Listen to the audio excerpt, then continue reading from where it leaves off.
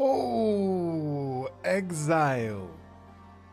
How is everyone doing this afternoon? It's Saturday. We've got the Path of Exile 2 patch, Dawn of the Hunt, in about 6 days. And today we have a podcast sponsored, partnered, juiced by Mobalytics with Dreamcore, Sirgog, and Lolcohol. And some other dude. Some other dude is going to be on the podcast as well. We'll see who he is. I don't know. How is everyone doing today? There's been a lot of discourse about Path of Exile 2 past little bit. Hey, Omega Subbers. Hey, Drag. What's going on? I've got the YouTube chat open from the beginning, so don't you worry. Anyone watching the VOD of this right now, timestamps will be in the description for the big sections, but the VOD of the pod, that rhymes, very nice, not intentional, we'll have full timestamps for each topic that we have. We're going to talk about a ton of content. Also, I have a brand new case and I have a new CPU. So I'm really hoping nothing crashes today. I have an AMD Ryzen. I have the brand new Ryzen CPU. I replaced my Intel. My brother convinced me to do it. At work, reworking my stash tab layout for point 2. Vandal Prime, what's going on, dude? I saw you in, was it Palsteron's comment section for the Tactician video? I've been watching a lot of Palsteron, Dreamcore, and Arrow the past few days because I'm really trying to be in the balance mindset for point 2. Like, I want to ingest all this info about builds so I'm a little bit more knowledgeable than before. So I've been super consuming them. Yeah. Yeah, Ryzen 9 9850 3D. Yep, that's what I got. Yep. X3D. Yep, that's the one. That's the only. I replaced that part and my motherboard as well as my. How can I show this to you guys? I mean, let's see. Let's see like how mobile is my camera?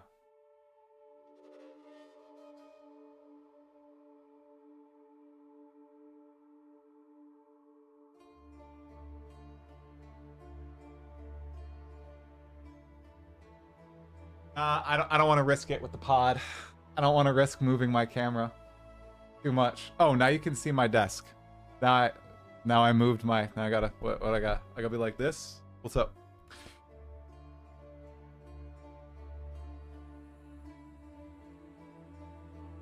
Hey Kira, what's going on? Hey Fulleration, Guitar Holic, Omega Cybers. Oh shoot, I messed up my.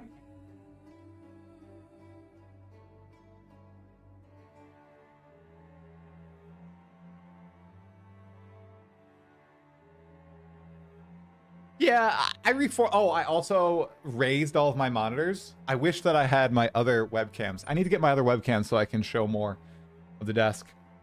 Hey, Exile Shadow Art. Yeah, I don't have my second cam out. I wonder how fast I could get it out.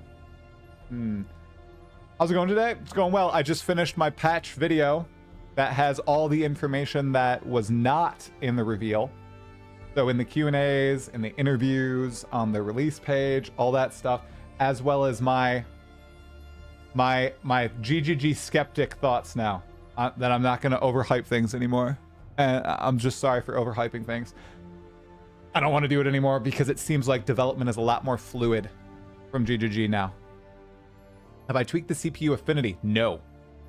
Nope. No, I have not done anything. We're going to get that tomorrow morning, Omega Cybers, because I'm going to upload the pod VOD immediately after, and I don't want it to clash. And usually if I release in the morning, it usually performs better. As long as DM doesn't release a video. Please, please. If DM releases a video, oh god. Yeah, Hrishi is gone. Wait, you don't know? Oh yeah, people don't know that Hrishi's gone? That's news from yesterday. You guys didn't know that? Uh-oh.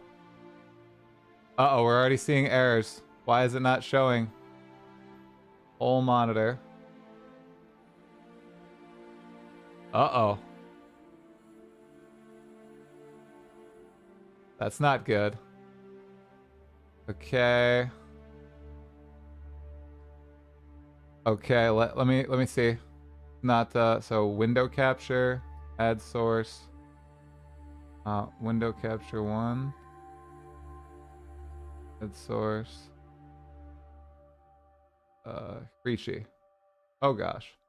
And then transform, fit to screen, and put it all the way down here. Okay. There. Yeah.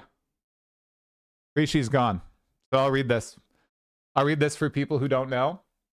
So Creechy is the dude who was responsible for a lot of the itemization and item systems in Path of Exile 1, as well as other things, and all of PoE 2's itemization. So here's the... He's been there for a while, and he left yesterday. I was first introduced to Path of Exile by a friend back in 2012. This game has been essential to my life ever since then. I spent the majority of my time every day playing the game, and even purchased one of the early supporter packs, which allowed me to design a unique item. I couldn't get enough of this game, and everything else at university was secondary. It has been one hell of a trip since then, and it has given me such immeasurable joy to watch all of you play with things I have made. I honestly have no words to describe the feeling when I see people going deep into things I designed, causing them to be used in a way I didn't intend, creating something incredibly cool. I consider myself incredibly lucky to have been able to live through all this. After I graduated, I was lucky enough to get a job at GGG working with the design team at the start of 2016. While I started out mostly just making unique items, soon enough I branched out into working on many other aspects of the game.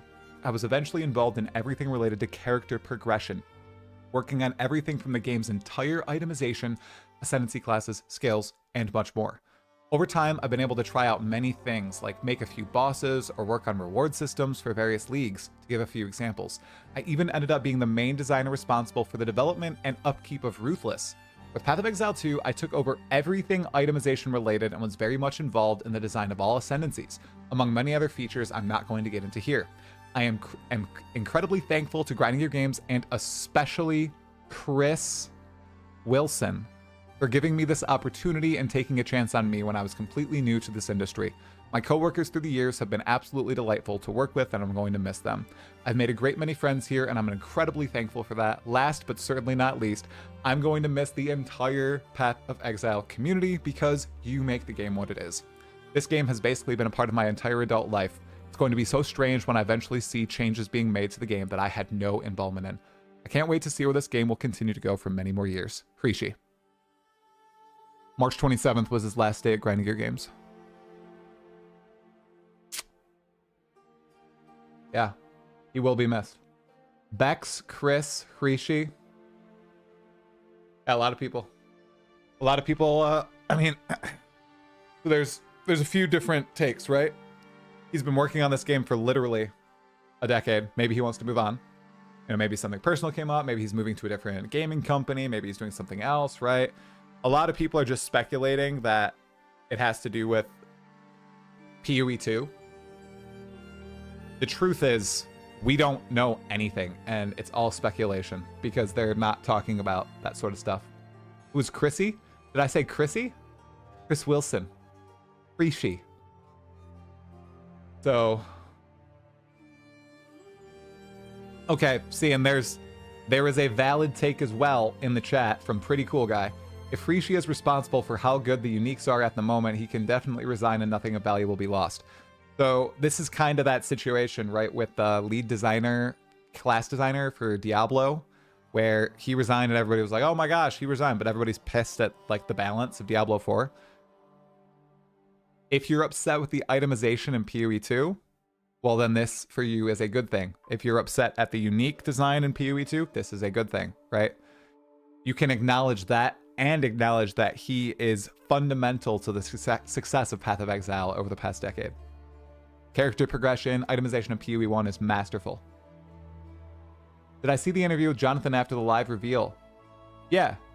Yeah, the Q&A with ZD and with Destin. Yeah, I watched that whole video. I do a breakdown of the important stuff in my next video. No, there's a different interview.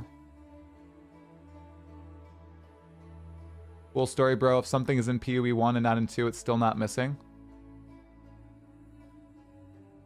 Not sure what you mean.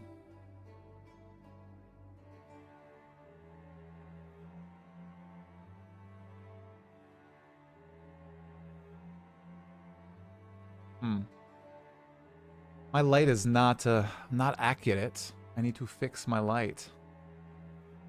Yay.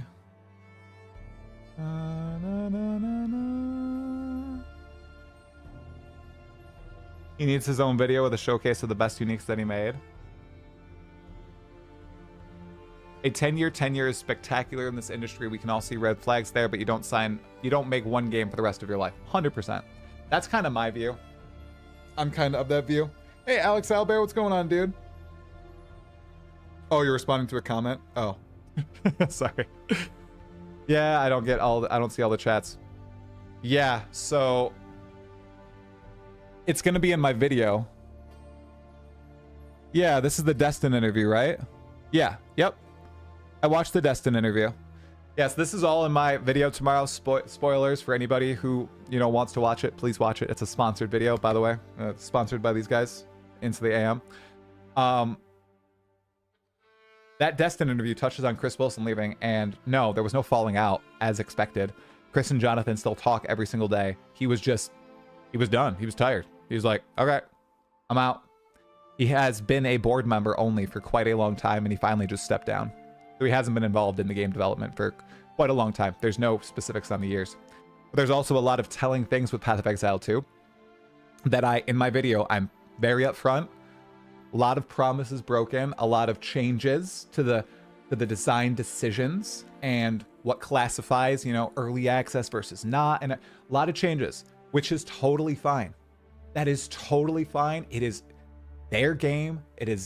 They are the people making it, right? At the end of the day, who cares? But that also means me, who has been hype man for PoE2, taking everything GGG says as gospel, right? I'm not going to do that anymore. Line in the sand. So my coverage is going to change a little bit, because no longer am I going to hear someone say, yeah, this class is basically done. It's that close to release. It's going to come out.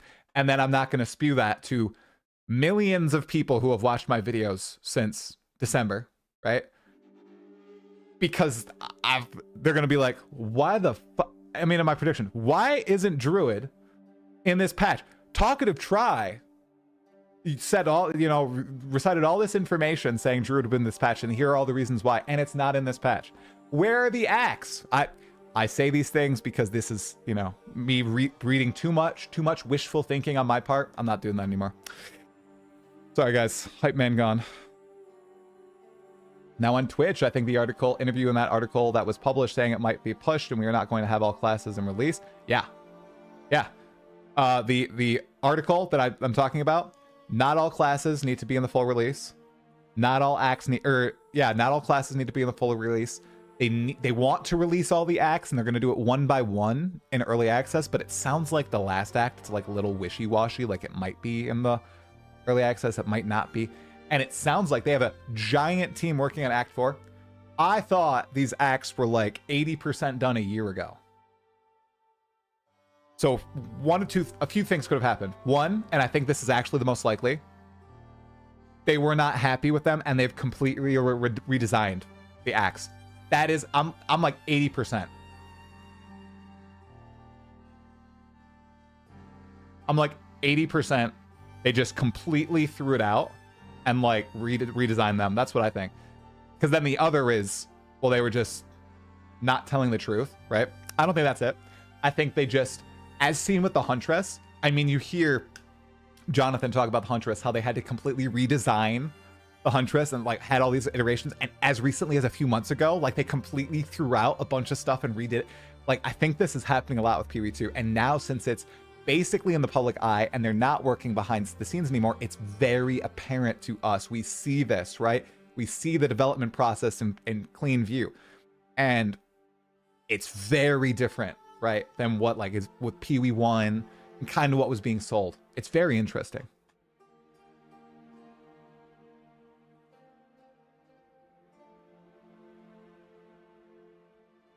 Yeah, I set people's expectations for the patch way too high based on things that I, have learned beforehand.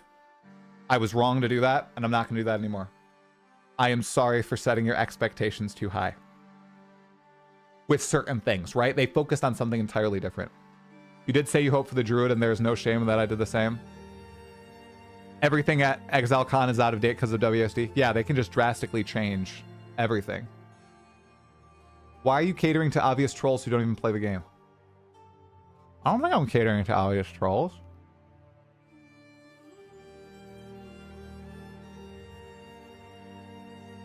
The patch is not underwhelming at all. No, the patch is not underwhelming. I am trying to explain why some people may have thought that, and it's partially like my fault. It is partially my fault because I set expectations like so high. I'm not being like arrogant here. Lots of people watch my videos for Path of Exile 2, right? My speculation video, my predictions video had like 80,000 views. That's a lot for like PoE2 videos. Like only a few other people consistently get those view counts for PoE2. I feel like partially responsible for hyping people up. I do. I seriously do. And it was just wrong of me. No, I am very happy with what we ended up getting. The endgame stuff is just amazing. The Huntress looks awesome. The spear looks super cool. Some inspectors finally in the game. We're getting all this stuff. The only thing that I think was silly was they didn't lead with, we completely redid the entire balance of the game. Oh my gosh, that's so cool. I cannot believe they didn't lead with that. I think that is the #1 coolest thing.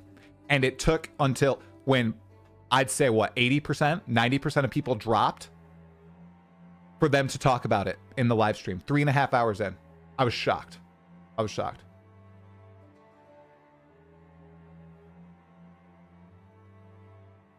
I love what they added in the patch, but my problem is they have not addressed armor, which is my big... Yeah, I don't know. Wait.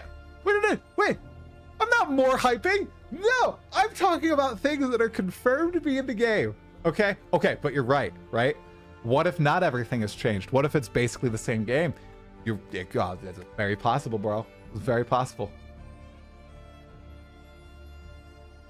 The way they gave out 75% of the important info in the Q&A was a bad decision. It was, so, 2 things. There was some interesting info about the future. What? What the heck is happening? What do I see on my stream? I had some weird notification. Did you guys see a notification on stream? Or am I crazy? On Twitch, I just saw some weird notification. I don't know. Weird. Okay.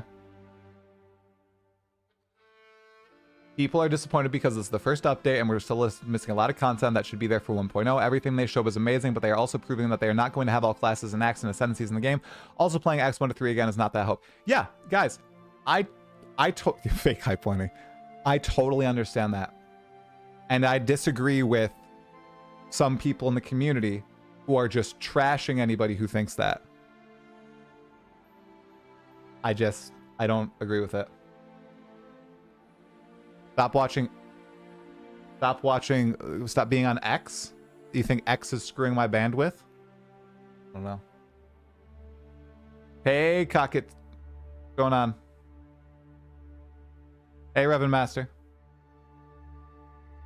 Who's ready to read the 0.2 patch notes? When the 0.2 patch notes release, emergency stream. Just know that I'm going to start streaming and it's going to be fun. It's going to be good. Big cheers from Chile. I'm hyped with the map changes specifically because I haven't made my way up into them. Awesome. Hey, Demon88 with the Prime. 3 months, dude. Nerf Apocalypse is hype for PoE vets, but for a large number of the audience, especially D4 after a giant patch of Nerf Armageddon isn't as hype for the masses, so I can understand that not leading with it.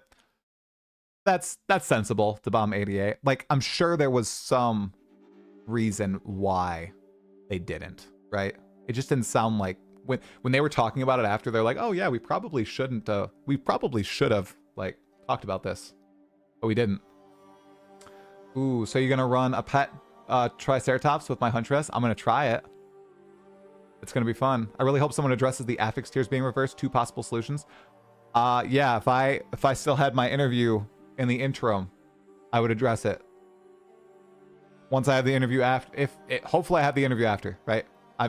I'm not going to talk about interviews anymore until it's like 2 days before. So, just going to keep them on the down low. Yeah, they probably don't have the full patch notes yet. By the way, yeah, the pod with Dreamcore Dreamcore, Lolcohol, and Sirgog is in 38 minutes, you guys. It's a little bit better for Sirgog this time. He gets to sleep in a little longer, which is nice for Sirgog. I'm disappointed that we didn't get Act 4. I was 90% sure of that. I was very sure of that too. Yeah, I love Sirgog. He's awesome. Question to the cool, awesome people of this community. I'm a Fire Witch Reaver build. Do I keep on that or switch to Arsonist to make my way to the level 50 to level 90? Yeah. I do not know anything about minions. How do you think the companion for Huntress compares to a Bound Spectre? Well, the fact that you get the rare monster modifiers is pretty interesting. And I don't know if it's only for Huntress. It almost seems like it's only for Huntress, but that doesn't make any sense. It has to be a skill, right? Ziggy didn't ask that. I did not. I didn't hear anything. Grab yourself a drink. It's a skill. It's a skill. Right, I know it's a skill. It's in the press. I missed it in the press images. Well, oopsie. Yeah, it's a persistent buff. Yeah. Love the patch. Wasn't what I was expecting, but in a good way. Especially love the tower rework. I thought the tower rework was great. My brother can't... Yeah. Yep, we'll run a lot of ads right before the pod on Twitch. Yeah, my brother didn't know like all the stuff for the reveal. So when he was building my PC last night, I put it on. He didn't know about the tower changes, and he didn't know about the portal changes. He lost his mind. He lost his mind.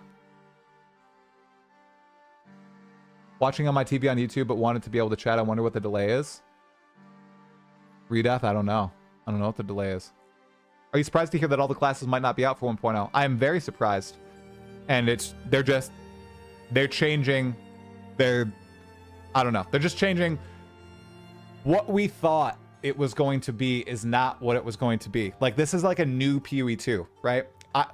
I say, they said, forget everything about balance. I say forget everything about like just PoE 2. That's the line of my video. Forget everything about the game that you've played and the game that you've learned about for the past 6 years. That's what I say. I'm gonna adjust my camera.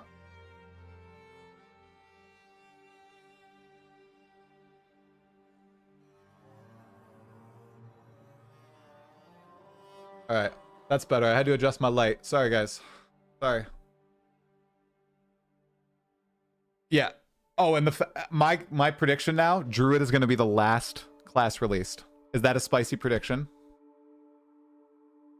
Is that a spicy prediction, you guys? Druid is last class released now? I am almost, I'm saying like 80%.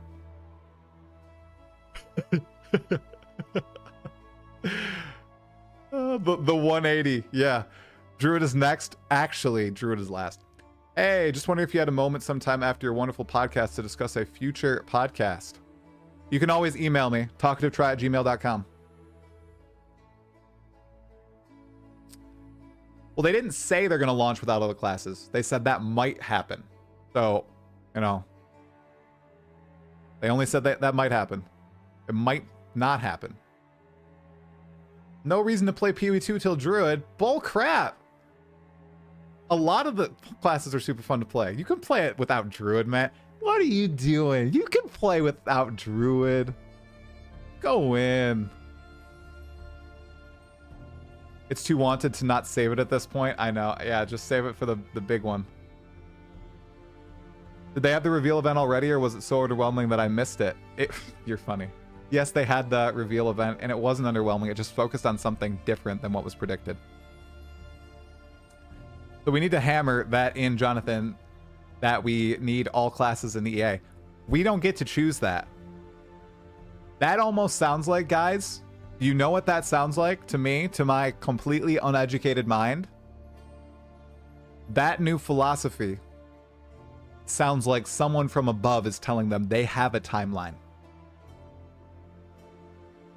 They need to get PoE 2 out by a certain time. I think that's what that means. And if that means changing what full release is, I think that's it.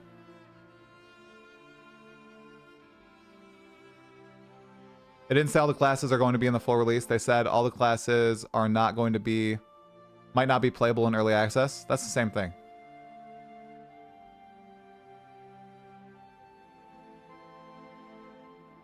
Question I have is they're taking so many things from PoE 1 that ultimately PoE 2 will just become a rehashed version of 1. It will just kill PoE 1. PoE 2 should have a vastly different version. I mean, I don't disagree with you. I think a lot of things are very different still. Like the Wisps, those are new. Those are like combined multiple leagues from PoE 1. I think they have a lot of new in PoE 2.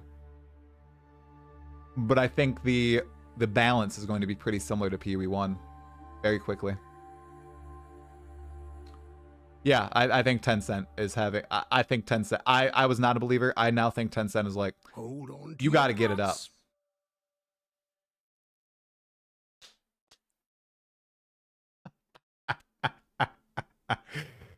ABX, thank you for the 10 pounds. Went from overhyping to underhyping. Smart. That's bro.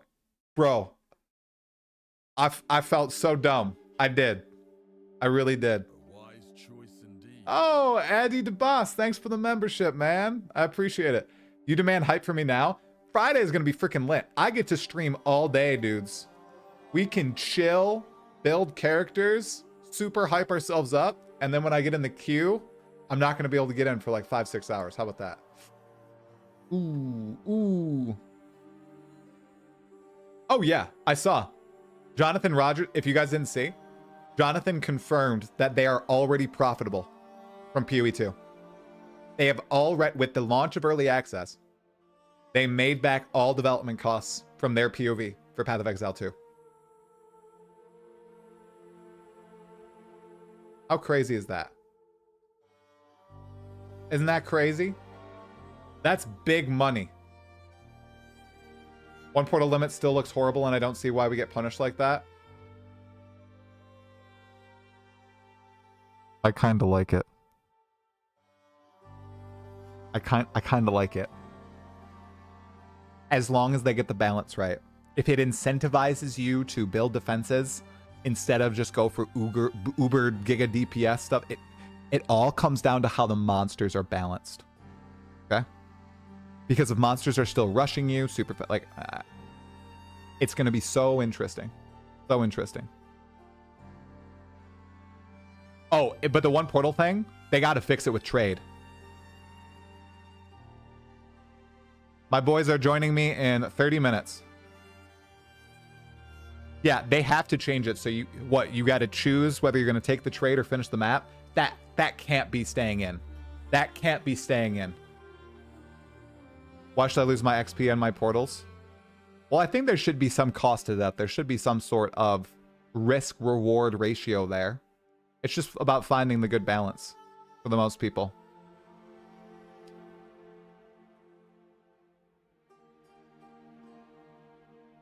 Did you know we will possibly be able to raise boss specters? I didn't. Maybe there's a unique item that allows us to raise boss specters.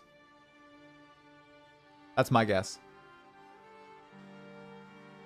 How do you handle inventory if you only have one portal? That's the problem. We are getting element thorns. Yeah, I did see element thorns. Yep. How can we not choose gender? Because they want to play into having a specific character for each character class. That's why. And it's probably cheaper. And they don't have to do all the voice acting twice over. What would you do if there will be info about Druid and patch notes? Just the info nuke. There's no way there is info about Druid. Okay, there is one thing that my brother pointed out. How crazy would it be? Guys, there are 12 rogue exiles. We saw 6 of them. How many character classes are there in PoE 2?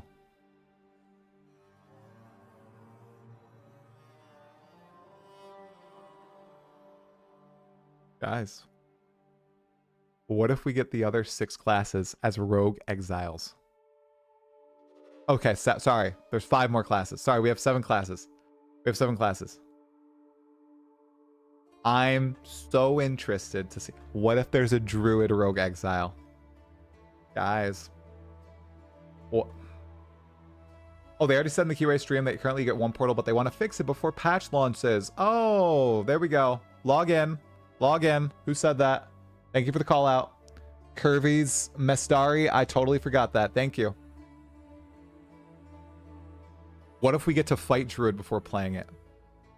What if we see the Templar? What if we see the Shadow with traps? Look at... I can't... No hype. No hype. Chill out. Okay. Bring myself down. Bring myself down. It's okay. One Rogue Exile for each class. That's obvious. They need to make Rogue Exile AI for each class. Hence the reason they are 12. Each character is a person you are playing as with their own story and everything. Yeah. Rogue Bear. Uh-huh. It's copium. I can't turn it off. You hate this idea? How can you hate this idea? It's so good.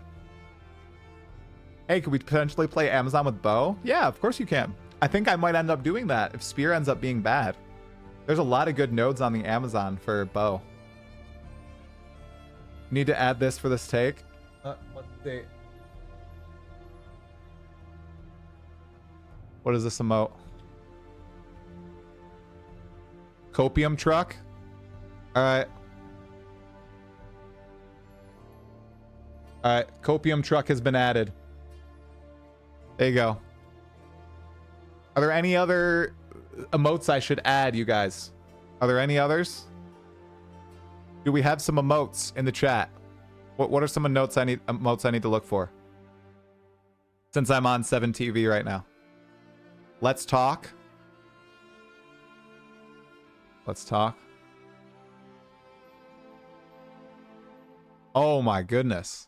Okay. Yep, let's add let's talk. Yep.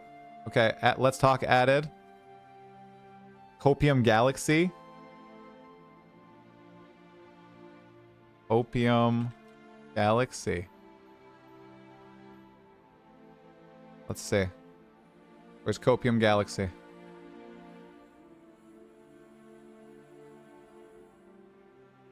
I don't see a Copium Galaxy here. I don't see anything that's galaxy-like. Is that not allowed? Jonathaning. Oh my gosh, that's such a good one. Jonathaning. Oh, that's a good one. Where's Jonathaning? Let's see Jonathaning. What is he doing? He's blowing up the nerfs, right?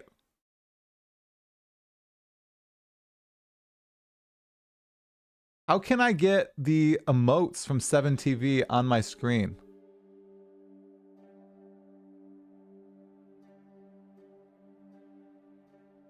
Alright, fine.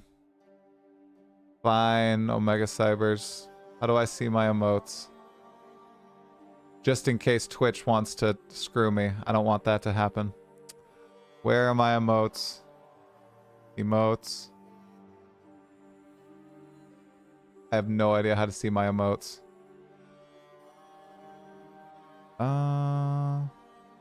Search. Nope. She's gonna knock over. You're out.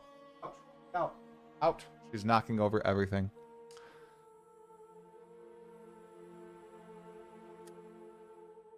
Hey, I have a question for you. If you only get one portal when juicing a map, how are you going to trade? They're going to fix that. Somebody said in chat, they addressed it in the Q&A, and I do remember that. They're going to try to fix it. I don't know how. Pretty curious. I don't think they thought of it beforehand. There was a video going around on Reddit of a PS5 player who had a spirit drop from Jamonra. That's why tons of people are speculating high spirit cost bosses. I don't think that they'll... I think it'll be a unique item that allows you to do it. Like a chase unique. That'd be so interesting to allow you to raise bosses with a unique item. I think that's what it is. Didn't they say it would be like one death, not just one portal? Yeah, I think it's gonna, they're kind of try to do it like it's a death is what counts it. Isn't everything, Bruce. Hey, Perkiro, thank you. Why does everyone feel like GGG lied to us? They said and showed that Druid was ready, and now they are not releasing it until later. They are lying to us. Wait, what? They are lying to us. If Druid is not released, I will skip it until they release it. I will try last Epoch and wait for PoE2 Druid. There's always solutions to these problems. They didn't... I don't know. It's a sucky situation. It really is.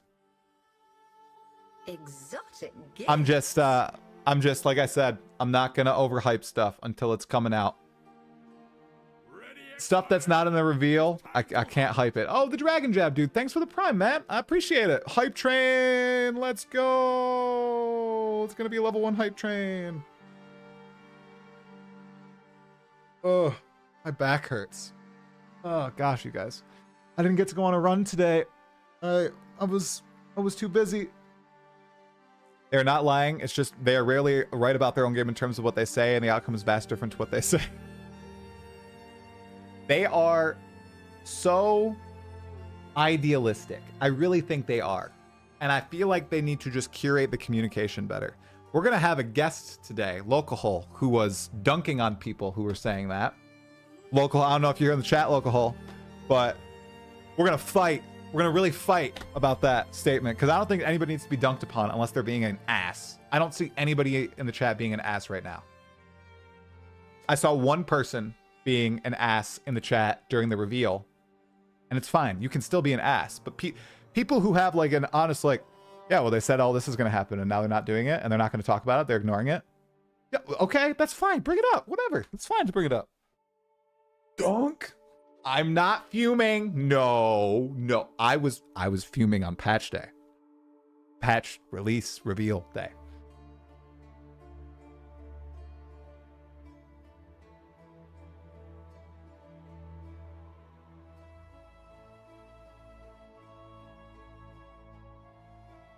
Kitty's trying to sabotage me, guys. All right, I don't know what type of light I want. If I want like moonlight, I don't want it to be too bright.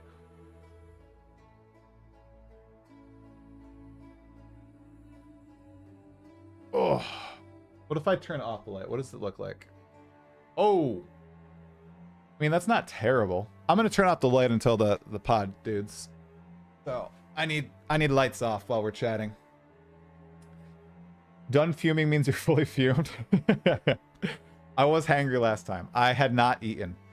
I've had Thai food the past 3 days. I need to not get Thai food. Today I've just had a protein shake. So that's it. What dishes do I get? Pineapple curry. Pineapple curry is my go-to dish. Now. No, I'm not getting Thai again today. Don't worry, guys. It's not happening. Blueberry protein shake was delish. I was slightly disappointed due to lack of pivotal endgame mechanic. What? There's a ton of pivotal endgame mechanics, bro. Did you see those endgame maps? Holy crap. Those are amazing. There's a ton of endgame stuff. They only focused on endgame, bro. You think the class releases would fit into some themes? For example, Huntress has this hunting and a slight ritual theme. It kind of fits into rituals and hunting in mid-act 1, and they jungles in act 3. Yeah, I also think that Druid fit into the theme. You know who else fit into the theme besides Druid? Einhar. No Einhar. Lots of people were very confident about Einhar. Hey Tarek, what's going on, dude? Uh-oh, what message? There's so many messages, guys. Chat is moving so fast. I'm not like Asmongold. I can't. Are you brave enough to make my morning post into a topic today? Yeah, I think I'm basically releasing a video on it. I don't say it exactly, Guitarholic, but I kinda, that's just like I essentially say my vision of PoE 2, what I imagined it in my head, and what's been said about it. Big rip. But the new game's gonna be awesome. I'm just along for the ride. I'm telling you, talking to Try, in 2025, people wouldn't know what more content looks like, even if it were to bite them on the foot.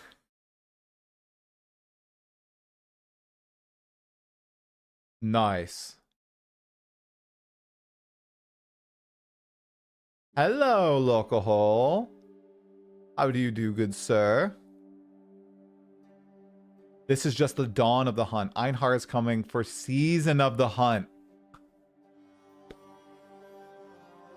That's good. That's good. Ready for the crafting fight. Well, nobody's gonna fight about crafting, guys. We're just gonna chill, okay?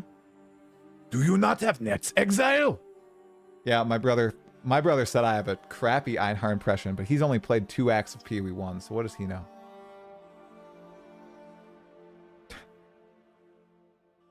I'll try. I know I'm one of the rough people in your chat. Just want people to enjoy the game and give GGG peace.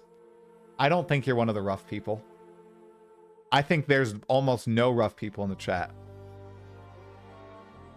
That's my new philosophy though, Tarek. My new philosophy is, after this video is out, I'm just chilling. I'm along for the ride, yo. Woo. Woohoo. I'm on the best behavior tonight. No screaming and breaking stuff like usual. Let's just not talk about Magic Find. Okay? Because I know that Sirgog is probably not happy about Magic Find. So let's just not talk about it. Okay? Chill. No Magic Find. MF got a massive nerf. He should be happy.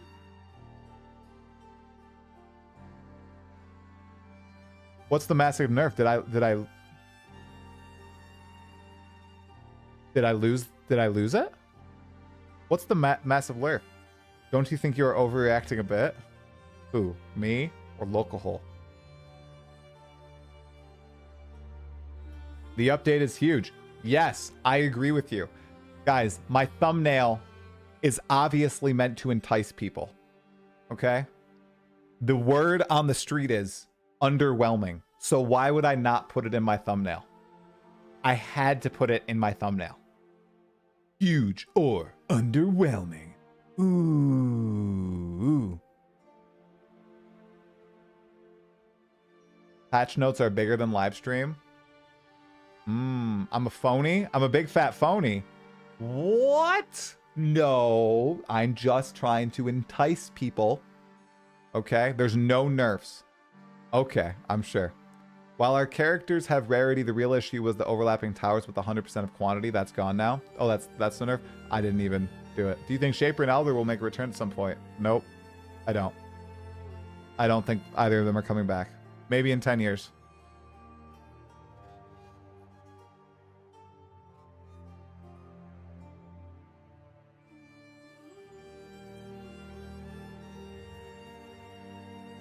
Maybe GG was going for Josh Strife Hayes strat and just went for a whelming league. Title baiting, but applause the work, you good. I'm not title baiting. That is going to be a topic. That's going to be about we're going to talk about, okay, guys. Do you think this is a good patch? Big patch? Or do you think it's underwhelming? I don't think any of the things they worked on were underwhelming from my perspective. Let's see. That have been revealed. I don't know what balance is like. Like we have heard that it is a complete rewrite of balance, right? Completely new game. But is it confirmed?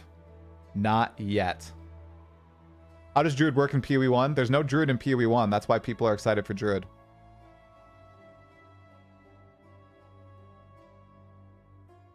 I don't know. I feel like Einhar's Pinnacle in PoE 2 feels like it could be amazing. I don't know if they'll bring Einhar. I'm really missing the PoE 1 NPCs. Cassia, Einhar, Kirak, Zana, the Betrayal folks, like June. Oh, I miss those guys. What changes do you think they did to the already existing skills? They have changed every single one. I assume it's going to be a lot of tiny changes to the skills with some massive rewrites to existing skills. We'll see though. Real talk, what's your preference, PoE 1 or PoE 2? PoE 2 right now. I just had more fun playing that, but I also really enjoyed going back and playing PoE 1. That was a lot of fun. I'm definitely going to play both games.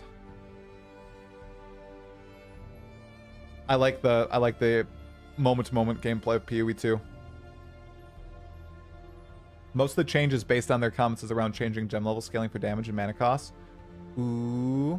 No, the Druid skills are not going to be exclusive to Druid. Anybody will be able to do the bear skills or the wolf skills or whatever else there's going to be skills. I love PoE 1 to bits. Can't wait for PoE 2 to catch up. I know a lot of people are like that. A lot of people. Super Monk nerf, you think? I think there's going to be some stat stacking and Invoker nerfs along with changing around how the bell works. I think the bell is going to receive the majority of the changes. I don't think Bell will be very strong, or as strong as it was before. Did they mention when the patch notes were coming? Just next week. That's all. We don't know anything else.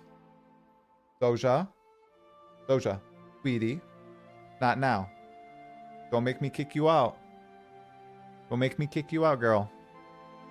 They've already shown that beyond only one class, I think people underestimate how 100 supports and the other new skill gems and trees will change current characters. Yeah, there's going to be a lot of new character options. That's the two things they focused on. Character options and endgame, which is great. No, not Doja. Zoja. Zoja, like the Asura character in Guild Wars 2. Zoja. Yeah, Cockroach is not here. What's this emote? Let's see. Don't I have that emote already? What's this? Meow? Oh, I'll add meow. Let's go. All right, meow has been added. We in. Wouldn't it be wild if his cat was called Doja? Isn't there a singer named Doja Cat? I think. Cat no like when you talk Pee-wee 2 and not give her treats. She's trying to sabotage me, guys. Last time I streamed a few times ago, she knocked out my camera cable. Currently theory crafting a crossbow lich with blood magic. Can't wait for this patch. I'm gonna be a basic. I'm gonna be a basic bitch. I'm gonna play Amazon with Spear. Oh god. Dude is so pissed they didn't announce Druid. It's actually funny. I'm not that pissed. I'm not pissed. Do I seem pissed now? I was definitely pissed 3 nights ago. 2 nights ago. Is there an essence to help get the fire additional arrow? I don't know. Hey, win an Olive Garden, eat the breadsticks. I don't know what this is referencing. But yes, I agree. I'm going Amazon. Character name will be Jennifer Bezos.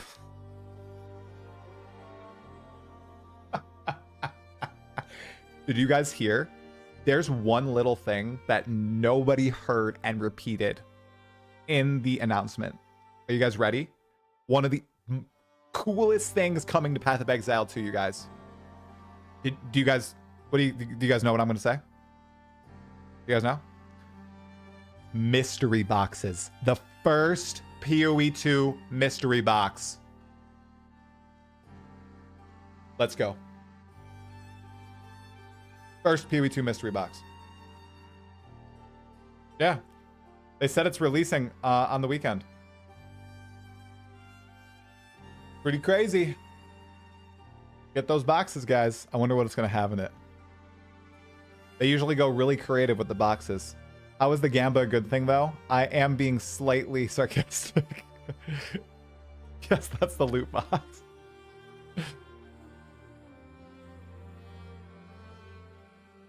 Gender MTX in the mystery box?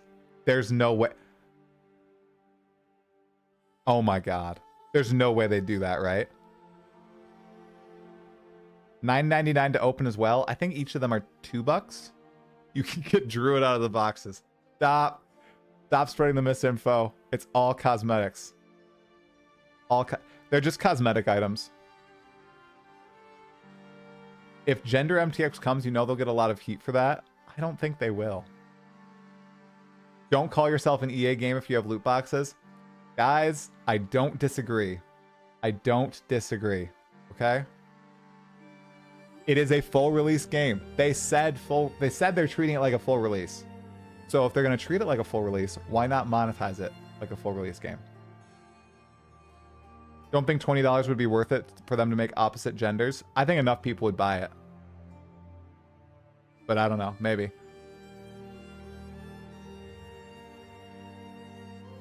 You need to pull Druid as a 5-star. Okay, guys, it's not like that. It's not that bad. It's not that bad. They don't have mystery boxes like that. Like, you can't get repeat rewards and everything. You eventually get everything. But yeah, it's gambling.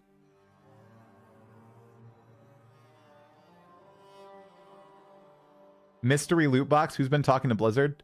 Dude, I'm pretty sure that PoE has had loot boxes longer than Diablo has. Does Diablo even have loot boxes? I don't even think they do. Which one of their games has loot boxes? Is it Overwatch? Ziz always does like a 5-minute disclaimer about the mystery boxes every league. It's so funny to listen to. What does he do? WoW would like a word with me try. What am I doing? What am I... I'm not upsetting people, am I? I'm mostly kidding right now. I'm just stalling. We already paid 30 for the game. Yep.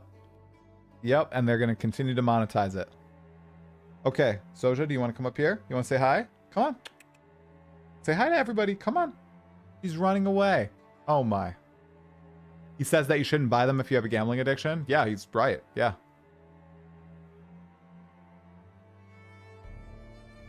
You paid $30 to play a free game early. Oh no, not the free-to-play debate. Uh-oh.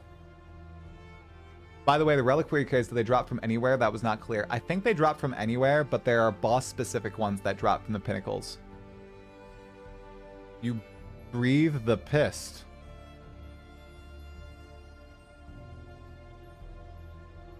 Let's debate. Uh-oh.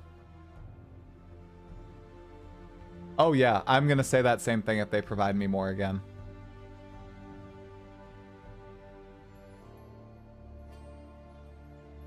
Drop anywhere, but if you want a boss drop shiny item, you get to keep from that boss. Yeah.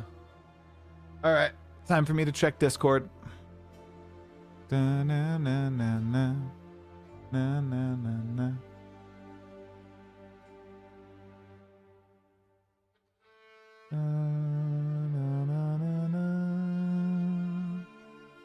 Alright, Dawn of the Hunt reveal reaction.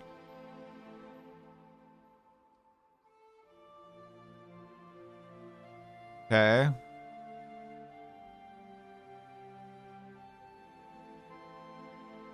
This is going to be interesting. PoE is a pay-to-play game with an infinite free trial. Yeah?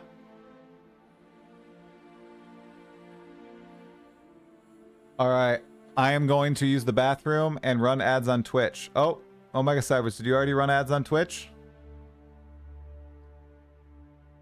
I'm guessing you ran ads on Twitch. I hope you did. I don't know. It's saying I can't run any more ads. Okay. I will be right back. Gonna use the bathroom. I'll be right back, you guys. Have a little drink.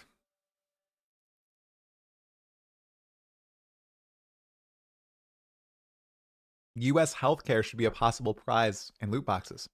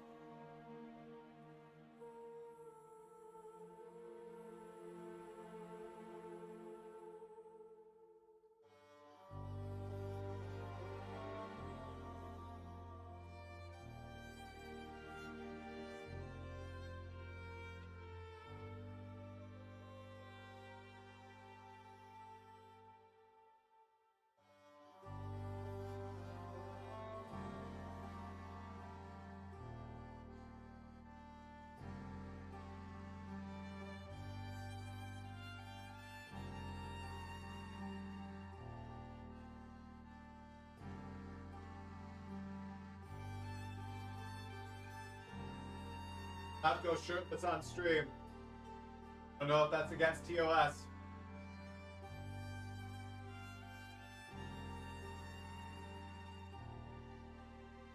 But it's too hot in here. I can't wear a double layer of Mobalytics sweater and my t-shirt, so I had to strip. Had to strip a little bit. Okay. Let's see. You don't have your hoodie yet, Lolcohol? Last emote. Last emote. Let's see.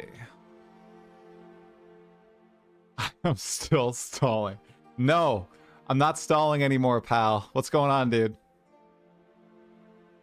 Great videos, by the way. Please keep them coming out so me, the no knowledge pleb, can learn about these ascendancy classes. All right, added. Thank you. Thank you. I appreciate your deep dive into like the tactician and everything. I'm relying on you and Dreamcore and Lolcohol and Arrow. I'm watching all those videos, trying to ingest as much as I can. Okay.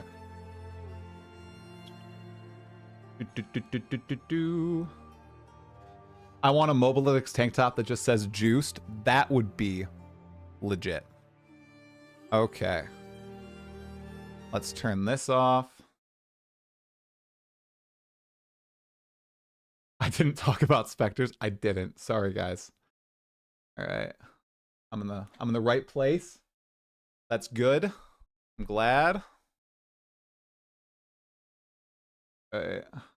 Let's hope everybody else pops into the row. Whoa, whoa, whoa. I didn't talk about specters either.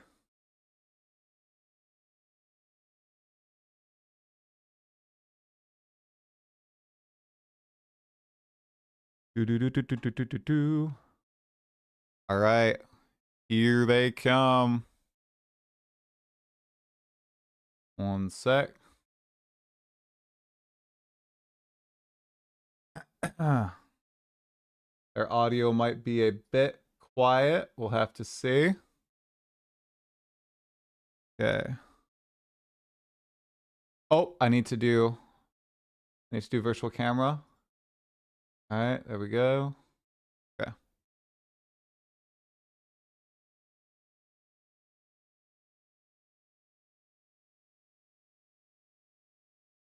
Hey, hey.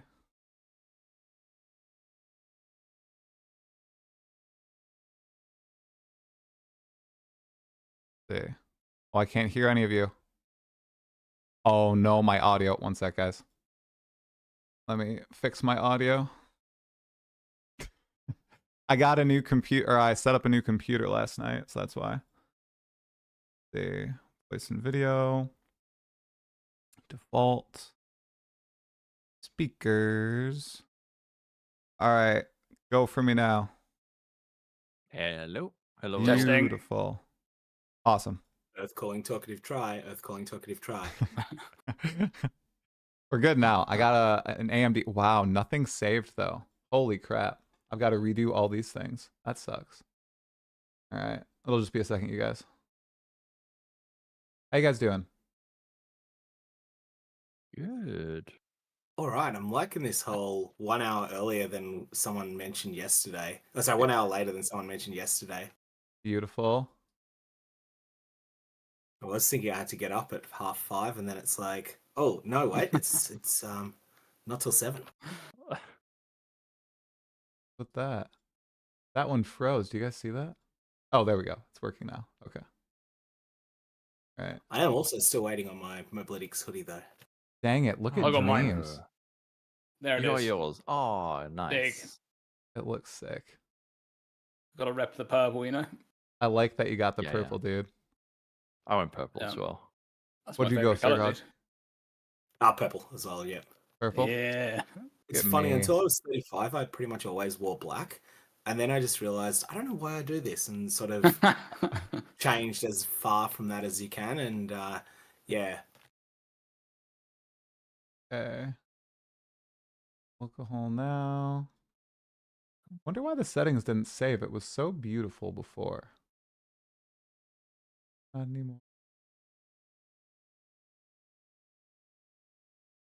Apparently there's some software that allows you to just easily snap everything. I saw Gazzy do it when he was interviewing somebody. I think, yeah. I think it was Atmos Gazzy. uses it. It uses some great software for it. Yes. I think we talked about this last time. I'm having deja vu. Look, and I've perfectly centered you, Dream. Unlike Dude, last my time. camera's frozen on your stream, by the way. I saw that too. That has happened twice. Am I gonna have to watch this? I wonder why it's doing that. I just have to refresh it, and it's fine. I changed to there we go. AMD. You got me in processor. there too big again, dude. What Oh, what I are you do? doing? Here you go. Here you go. Here you go. Here you go. Here you go. Here you go. Here you go. What am I cutting out? Because there you are. There you are there. That's the full. I got your full frame in there. Don't I? Yeah. I have to make you a little That's bigger. fine. Yeah. That'll be fine. Are you a I little think he's just zoom? closer to the camera than the rest of us. I think you're closer to the Chilled camera in. because I've got your full frame in there. Go. I just like you to be a giant too, Dreamcore. That's it. Oh shit, the Aero raid. Oh, Arrow Raid. Big. Big raid. Arrow. Thanks, man. What's going on? Okay. Did I get everybody? I think I did. Nice. Okay. Dream, I can like go like I don't have the mic. I would go like that. My mic stretched that. Doesn't. Dang it. All right, let me get the notes up. Okay, we'll do a really quick audio check for everybody. Chat, please let me know if anybody is after, okay? Dream, let's start with you. Testing.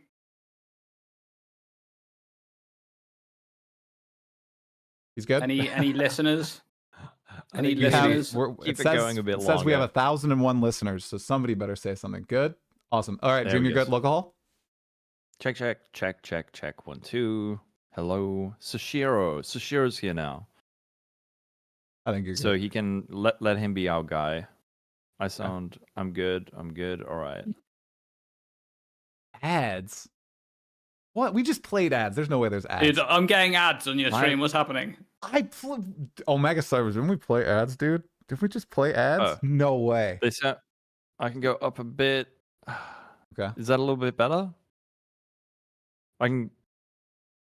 Yeah. All right. I'm good. A little bit lower. I can turn up my gain until I'm even. Check, check, check. Hello. I'm fine. They say. Not Dreamcore Just calling out keep the an eye out ads. for Sashiro. All right, Lolcohol's good. You look really good on my audio settings too. You're like perfect right in the center of the yellow when you're just talking. Nice. That's good. Okay. Oh, Assassin's Creed Shadow ads. Okay, well, yeah. It's not my fault. It's Ubisoft. I'll blame Ubisoft, okay? Ubisoft, whatever. Sirgog, okay, let's test you. I will say Ubisoft have really been cracking me up with their latest comments on the website formerly known as Twitter. Yeah. Yeah, let's do a sound check. 1 1 2 1 2. Alexa, play Baby Shark. 1 1 2 1 2. I think you're a little quiet. I'll boost you. Very good. Let me boost you a little bit, like by 15%. All right, Did go I for get it again. anyone with that as well? I'm just hoping I got someone for a bit of a laugh. Sirgog, good, better, but not good. Okay, 1 second. I'll do 30%. There you go. All right, try it again. Sound check. 1 1 2 1 2. I think that's good. Yep, good. All right, sweet. Okay, we're good to go. I think we're good to go. Oh, we're not good to go. I've got Sirgog. There you go. There you go. Settings are all set. Okay, so we are going to have a lot to talk about. There's a lot of stuff. Okay? Even though, you know, the underwhelming talks, which we can talk about at the end if you guys want to. I'll frame the conversation. You had a few sharp T's, P's, and S's, Sirgog. Oh. What does that mean? Oh, It's they're like talking it's- about the sound, so that means that It spikes a little bit. have sibilance. Yeah, it's overly Okay, that was sibilant. deliberate though. That one was Yeah. deliberate. Yeah. Okay. Should I adjust him a little bit? Peaks a little bit. I'm sure it's fine. I don't know if you got like a personal EQ for him though. Do you have like a little Yeah. mixing desk? Can you just turn down the highest bit? Yeah, if you can hit me at like 5200 plus hertz, if you can aggressively cut that, that should deal with the sibilance. I do not have Oh. that capability. I don't have any mixing. I'm sorry. I just have the Discord adjustment. Is that all? I don't think it's that bad. I don't think it's that egregious. I don't think the S's were that bad, Sirgog. I do always have to fix that in post, though. I do? do always have to cut 5200 plus pretty aggressively. Really? Well, I need to learn how to do that because I actually have no idea how. I'll look it up after. DaVinci Resolve is your friend. Huh? Resolve? DaVinci Resolve, if you use it. I And don't yet. Maybe I should try to use that. you can do the DaVinci super Resolve lightest is really pass good. with it. You Okay. can just put the whole of the entire recording. You can put it in there, go to the audio section and just activate the EQ, which is the thing that's counterintuitive that you have to turn it on at all, and then go and track 4 on it. Just set that to 5200. That'll Okay. do it. Okay. Well, I might have to try that because I barely do any audio mixing on my videos. Maybe that would help improve people's, you know. Nah, your audio's fine. It's Your fine? audio's Oh, okay. Well, Yeah.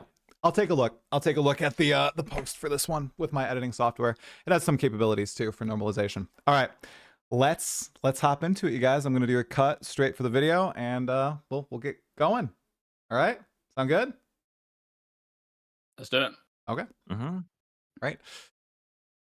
Palmona Exiles, welcome to the second Pod of Exile, juiced by Mobalytics. I am here with the MOBA crew, ready to talk about all things Path of Exile 2 Dawn of the Hunt, which releases on April 4th for PC and consoles. There's a lot of chatter about whether the patch is huge, awesome, exciting, or just overwhelming. Well, today with these three guys, we are going to go over everything this patch has to offer, and we will end with our conclusions on whether or not this is giant for PoE 2 or if this is totally not what the game needs right now.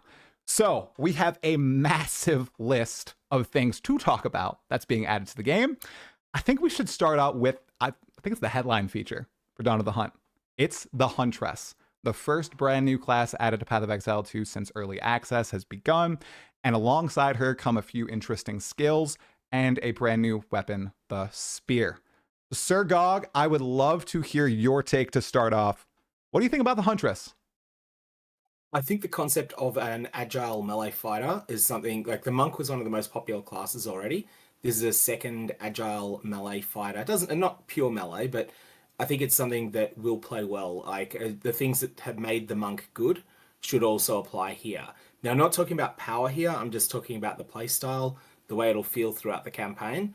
The next question is whether they get the power right, and we just don't have the information to tell on that yet.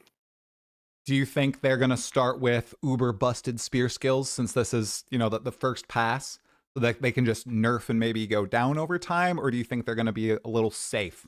Like, are we going to get a, I'm thinking of Diablo 4's first new class and the situation we had there. Do you think we're going to see 70% of players ending up on the Huntress as either the Amazon or the Ritualist, or a little bit more diversity?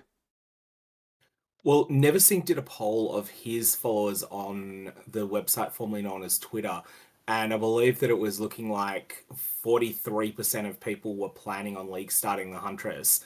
This is based on nothing about power. This is just based on their preference. And that's out of a sample size where 18% were not intending to play. So you're looking at 43 out of 82, so that's slightly over 50%. Now, that assumes power parity. If there's a clear power imbalance one way or another, then of course we might see that be wildly different. But I'm feeling like the Amazon will be the most played class unless there's a clear power outlier. And in that case, it's not a problem if the Amazon gets 20% and the Ritualist gets 15% of the ladder, because more people will be starting it. I do think, however, it's going to be a real problem if we see 45% playing the Amazon and 35% playing the Ritualist. And I guess we're just going to have to see. Yeah. It is pretty shiny and new, and it does look exciting with the combo-based gameplay. Dream or Lolcohol, what are you guys thinking about the skill design associated with the Huntress and Spear skills? You think they're going to achieve what they're looking for and what they showcased in that initial reveal? I mean, I think a lot of the classes have this, you know, this combo-based design. It's just whether or not they can actually keep to that focus and maintain it into the end game, and for it to actually be something that most people actually interact with, right? On a come up to a rare, tanky rare, I'm gonna, you know, throw my combo at it, and it's not just spamming one button because it's the most effective skill, which is like, you know, what we've seen so far. So I mean, I think it is a cool concept, and I think that PoE2 can pull off the combo mechanic. It's just it's a case of balancing usually. Like it has to be something. Jonathan touched on this in the Q&A. It has to be something that the player kind of, they just kind of go through it naturally. It's like a natural progression of a combo. It doesn't feel forced. It's you use this thing in this particular situation, and then you get rewarded for doing so. For me, the Huntress, it doesn't really do it for me. It's not really something I'm that interested in, I think, but I do think the Ascendancies are pretty cool. And I quite like the Rich List. The extra ring slot thing is kind of crazy. That's going to be a very powerful end game Ascendancy. It's going to be extremely powerful with good gear. And I also really like the parry mechanic. That is very cool as well, and not something that I really expected. The parry, it being a like the way you hold it down and then it just like automatically parry. I expect it to be more like a timed thing, because we already actually have that in the game, right? With the there's a reservation skill for the shield that does the exact same thing, where you magma barrier. Magma barrier. That's right. Yeah, you have like a good timing, right? You like use it, and for like a very short window you have like an infused shield, and then you have like a fire explosion if you actually block.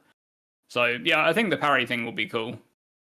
And the Huntress overall it looks interesting. It looks like an interesting class.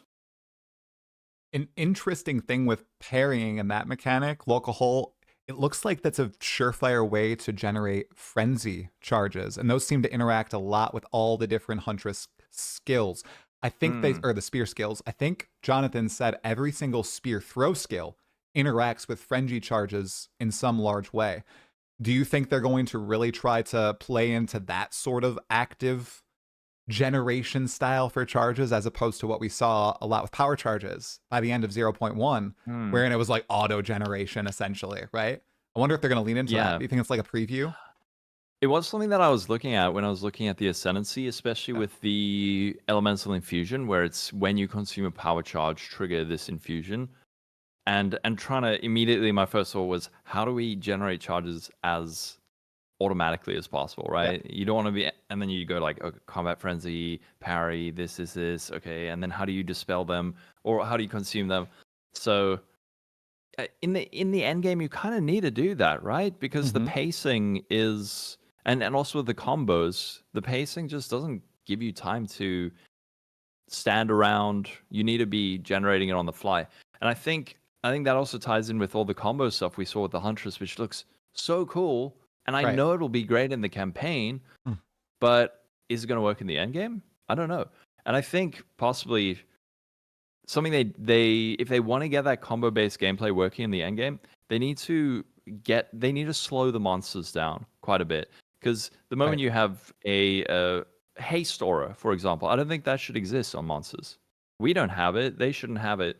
So if there's no time for players to set up and then do their combo, then you're never going to have that kind of combo-based gameplay. So I would say that's hopefully something that we're going to see.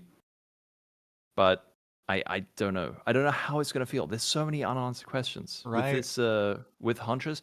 By the way, what do we mean when we say Huntress, right? When we say Huntress, I guess you're talking about the starting position on the tree and the ascendancies, right? That's it. Versus spear skills. Which is everyone. Because my first thought was, oh, these spear skills look really cool. Is everyone just going to play it on Deadeye? Right.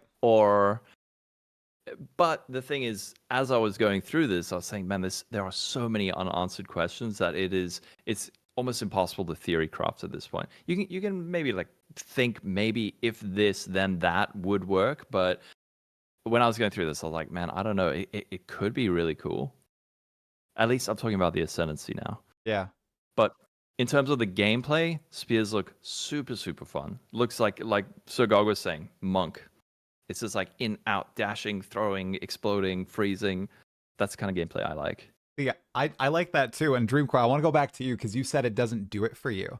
Are you more of a fan of big bonk, totem-esque style gameplay, and you don't like the agile spear skills, like the monk skills? Or what? Why isn't it tantalizing for you? I'm really curious. Yeah, I usually play like very tanky ascendancies, things that can just like stand in the heat of battle and just absorb damage, right? Rather than sort of like fast pace, in and out, avoiding hits and that sort of thing. That's just kind of always the type of archetype that I gravitate towards. Doesn't matter what game I'm playing, right? I'll always end up on some kind of like tank or something based around absorbing damage, regen, that kind of stuff. No, that makes. But that. Go on. for it. Yeah, go on. I was going to say, well, that makes a lot of sense, and we can return to the Huntress, but 3 new ascendancies, and one of them was the Smith of Kitava Dreamcore. I'm very curious to hear everyone's thoughts on this because it seems to be very polarizing, okay? Because I saw a lot of people saying, oh my gosh, this is so weak. Who's ever going to play this ascendancy? And then I click on a Dreamcore video and he's like, oh, look at this. Look at all these defensive options. It's so good. Arrows the same way. I watched his video on it.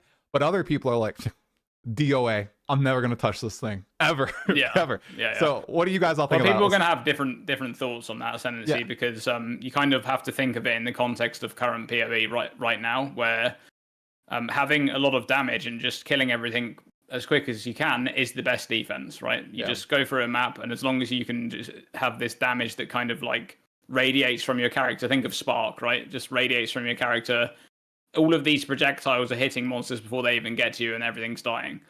But I think if they achieve what they would, I mean, for the people who missed it, they did discuss balance in the Q&A, and they did kind of get around to that, and they were talking about how this is probably going to be a pretty nerf-heavy patch. I mean, realistically, that's what's going to happen. There's going to be many nerfs, and I think most people who are experienced with the game will understand that is what needs to happen, right? That's the necessary thing that is there, because the game was just completely out of control.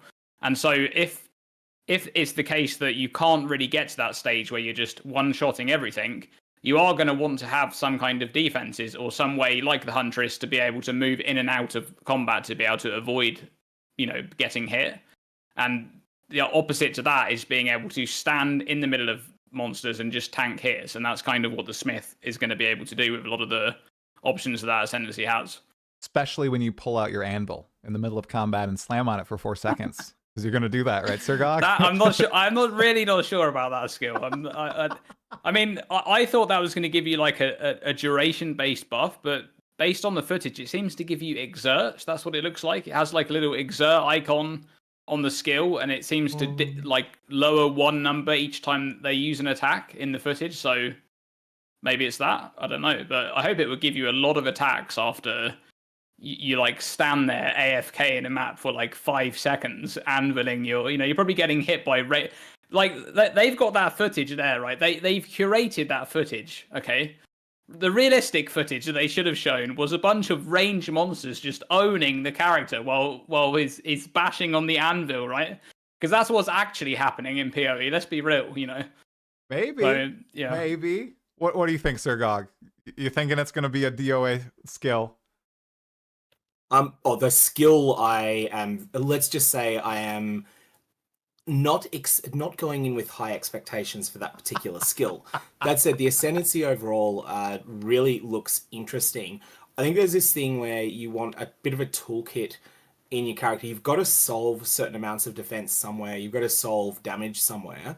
And it seems like there's much more variance in Path of Exile 2 compared to 1 as to what you generally expect to get out of your ascendancy. In 1, you pretty much always want damage on your ascendancy, and anything else is a bonus. In 2, you've got to solve these somewhere, but it doesn't really matter which one you solve in your ascendancy, which one you solve on the passive tree, which one you solve on gearing. And that's where I think the Smith of Kitava could be quite solid, is that it's probably the best defensive archetype that we've got, and then you solve your damage elsewhere. I think that makes sense. Exactly. Yeah, it was the same. I remember in Path of Exile 1. Sorry, I'm just talking about it. But when the Warden came out, a lot of people said, "Oh, this is a trash class because it has no defenses." But the thing people don't realize is there's so much damage on the Ascendancy, it frees up the rest of your class to be much more defensive on your tree and on your gearing, and that's what's really, really cool about this class. Initially, when I saw this, I was like, it looks a little bit lame, but the more you look at it, it's so flexible, and you're able to just like really customize your character, and then there's so much defense on it that you can really push your damage like Dream and Sirgog were saying, on the tree, on your other piece of gear, you can really be greedy with your suffixes. Maybe go for like crit or something like that, because you've just got everything else is solved for you. So that's where the damage comes from, is not having to waste, well, not waste, but you're not having to spend points on the tree and on your gear, so you can really just lean into the damage there. That's where it's coming from. Yeah. No, that's totally sensible. Arrow was talking about how he's going to try to make his Shattering Palm build work on the Smith of Katava, because he can just go, you know, I think it's 21 points to some node on the passive skill tree that allows you to get, what is it?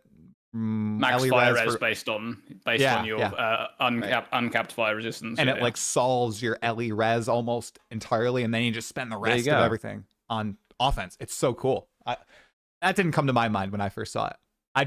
I clung onto the anvil, and I was like, there's no way. There's no way. The other thing that jumps out at me, like there is something in this new expansion that's going to be phenomenal for damage in general, but it comes at the expense of wearing a helmet that is, I mean, it's got life and chaos res, but it's not otherwise defensively a powerhouse. And that's, I think it's called the Deepest Tower.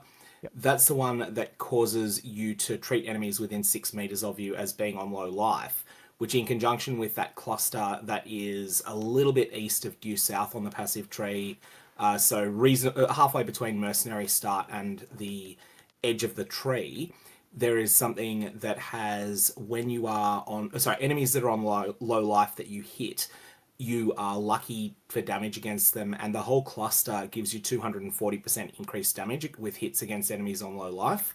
So that's something that you can get.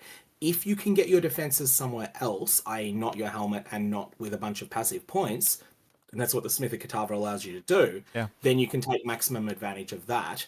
And especially if you're using a wide damage range weapon, if your weapon has 40 to 160% damage range like all endgame crossbows do, then being lucky is 20% more damage, as well as your 240% increased. So that's something that comes to my mind when I'm thinking Smith of Katava.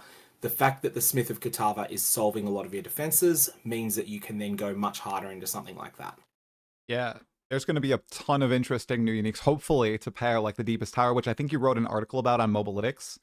Correct, Sirgog, right? Yeah, that's going to be super interesting to experiment with that. The 100+ new uniques and these other 2 ascendancies that we're having coming into the game, the Tactician and the Lich. Now, I don't know about you guys, but between the 2, I think the Lich just blasts the Tactician. Is this like a consensus? Is anybody here really excited about what the Tactician is offering? You're waiting to see what's in game? Just like reading over the nodes, though, the way it buffs, is it Ballista or is it summon totems, like the skill speed, and they only attack when you attack? Those nodes, they almost seem like not that great compared to what you see on the Lich. Anybody here hyped for the Tactician? I think it looks pretty cool. Yeah. The most interesting thing is totems only use skills when you fire an attack projectile. I think there's probably something really broken with that. Persistent buffs, 50% less reservation. Depending, maybe we get that one's pretty good, yeah. Yeah, if we get some more support gems, I think it's pretty interesting. It's not immediately obvious what it's going to excel at, but I think this is a kind of class that might be sleeper, and then later in the league, someone's going to be like, check this out, and everyone's suddenly going to play Tactician. I think the most powerful thing on that ascendancy is the pinned enemies cannot perform actions. Now, pinning enemies is a lot easier than... I think Dreamcore. I went out? Oh, you could hear him? Oh, I couldn't hear him. Sorry. Yeah. Oh. I can hear him now. Continue. You're good, Dream. Can you hear me now? Yeah. Okay. Yeah, so I think the most powerful thing on that ascendancy is the pinned enemies cannot perform actions. Because that's... most conditions that you can put onto enemies are kind of like freeze and things like that. Takes a while to build up. Pin is actually very easy to set up. And if enemies can't perform actions, they literally can't do anything. They are basically frozen. Like that's what this is saying. So they can't move, they can't attack, they can't use spells, they can't do anything. And I'm not sure if there's ways to scale pin duration, things like that, but that is extremely strong. Just if you pin a boss, they're just standing idle, doing nothing, right? And you can pin much easier, like I said, than building up freeze. So that is something that's really strong, I think. And in mapping, you can pretty much guarantee that when you're just throwing out projectiles, you're just pinning a bunch of stuff all the time, and none of those monsters can respond with anything. So that's quite completely strong. broken. Yeah. Yeah. All right. See, I don't know anything. Look at that. You're so right, especially if freeze gets nerfed or something, which I expect to probably happen. At least something changing with freeze, because it does seem beyond busted. Pin might be the new thing, you know? Tactician might be really strong. That's really strong on that ascendancy for Yeah. sure. And obviously, like Lolcohol said, the less reservation, that thing is. You also get 8% increased spirit on the small node before that. So that is very strong, being able to just reserve a bunch of stuff. I mean, obviously, we don't know how heralds and things like that are being hit in the patch, but True. surely there's going to be some interesting options for reservations on that ascendancy. Now, Yeah. Lolcohol, this might be really small brain from me, but you said that there might be a broken interaction between it only firing, your ballista or totem only firing when you are firing off something. How? I'm very curious. Like, is there an associated buff with that, or is it that the only line on the node? I might be misremembering. It says totems have 30% more skill speed. Totems only use skills when you fire an attack projectile. I'm just looking at that and I feel like there is something there. Yeah. I don't know what it is. Are ballistas those count as totems, right? I Yeah, we believe got so. there's Yes. Yeah. Because I think totem builds are you place it down, you run around in a circle, kinda. But this is you have to actually be shooting. I guess you can move while shooting. In PoE 2, so maybe it's a little bit different. That's how I've always imagined totem gameplay, right? Yeah, I'm just thinking. I was maybe thinking more for bosses, but man, I'm not a totem guy actually. Maybe it's just focused ballista support. All right. Okay, never mind. It might suck. I don't know. I don't know either. Okay, everybody though is talking about how busted the lich is, especially because now you can socket a jewel to empower the jewel into an ascendancy. That's pretty interesting. That's new. I mean, they're going funky with these ascendancy classes. The Smithic Katava, this part of the lich. What are your thoughts on lich, Sirgog? You got any quick thoughts? I think there's a lot of really crazy stuff available in it. I am a bit less sold on the jewel socket. I feel like you're basically getting 2 jewels for an ascendancy point. And okay, granted, it's your best jewel and it's doubled. So that is better than getting 2 jewel slots, but it's not much better than getting 2 jewel slots. So if you've got a 9 or 10 jewel and an 8 or 10 jewel, then you can say it's like 5% better than getting 2 jewel slots. I feel like that's a pretty high opportunity cost to pay. That said, there are a bunch of other things in there that are exciting, especially the 4-point rightmost side. I'm just going to bring up the name of that node. Yeah, go for it. You mean Eternal Life?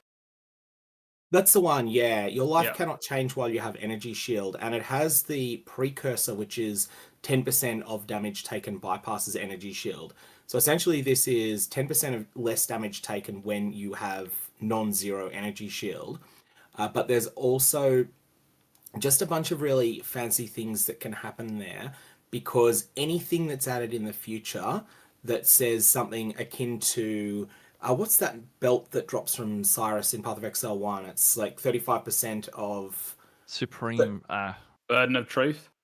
Yeah, 35% of non-chaos damage, because in PoE 1 chaos damage bypasses ES, but 35% of non-chaos bypasses ES. Like something like that just becomes explosively good with Eternal Life, and I feel like that's going to be something that there'll be an interaction like that added to the game at some point. There might even be one now that I can't think of.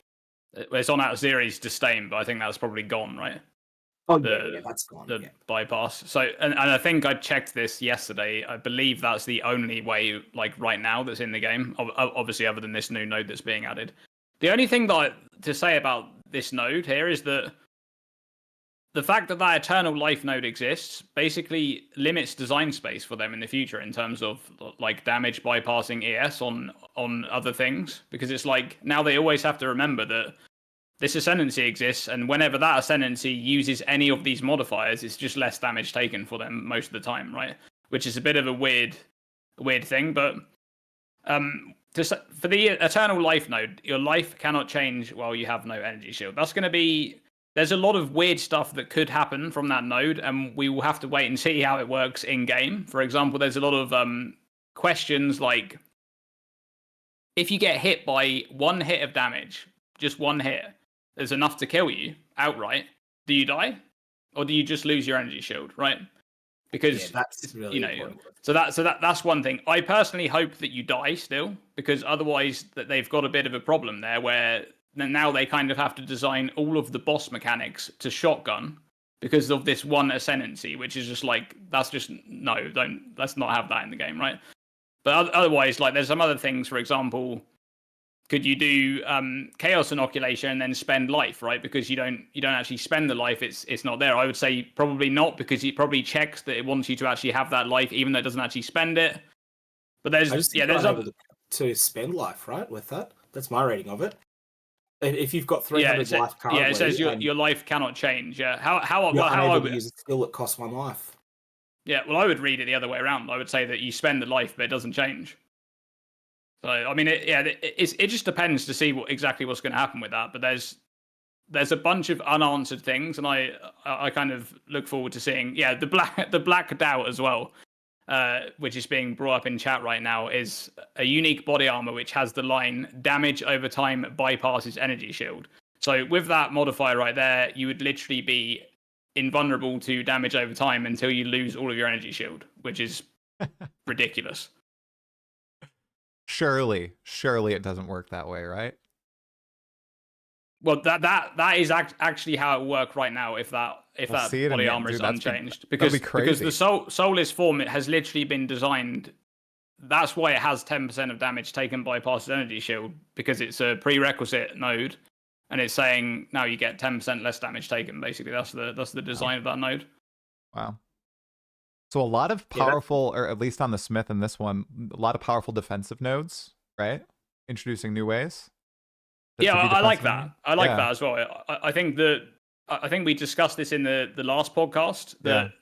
One of the most interesting things in PoE 1 is the amount of interesting defensive mechanics that you can interact with on any character. And them adding more and more interesting ways to solve defenses in PoE 2 is always going to be welcome, I think. So these are some fun additions. I mean, the rich list is the same. I made a video earlier about the rich list.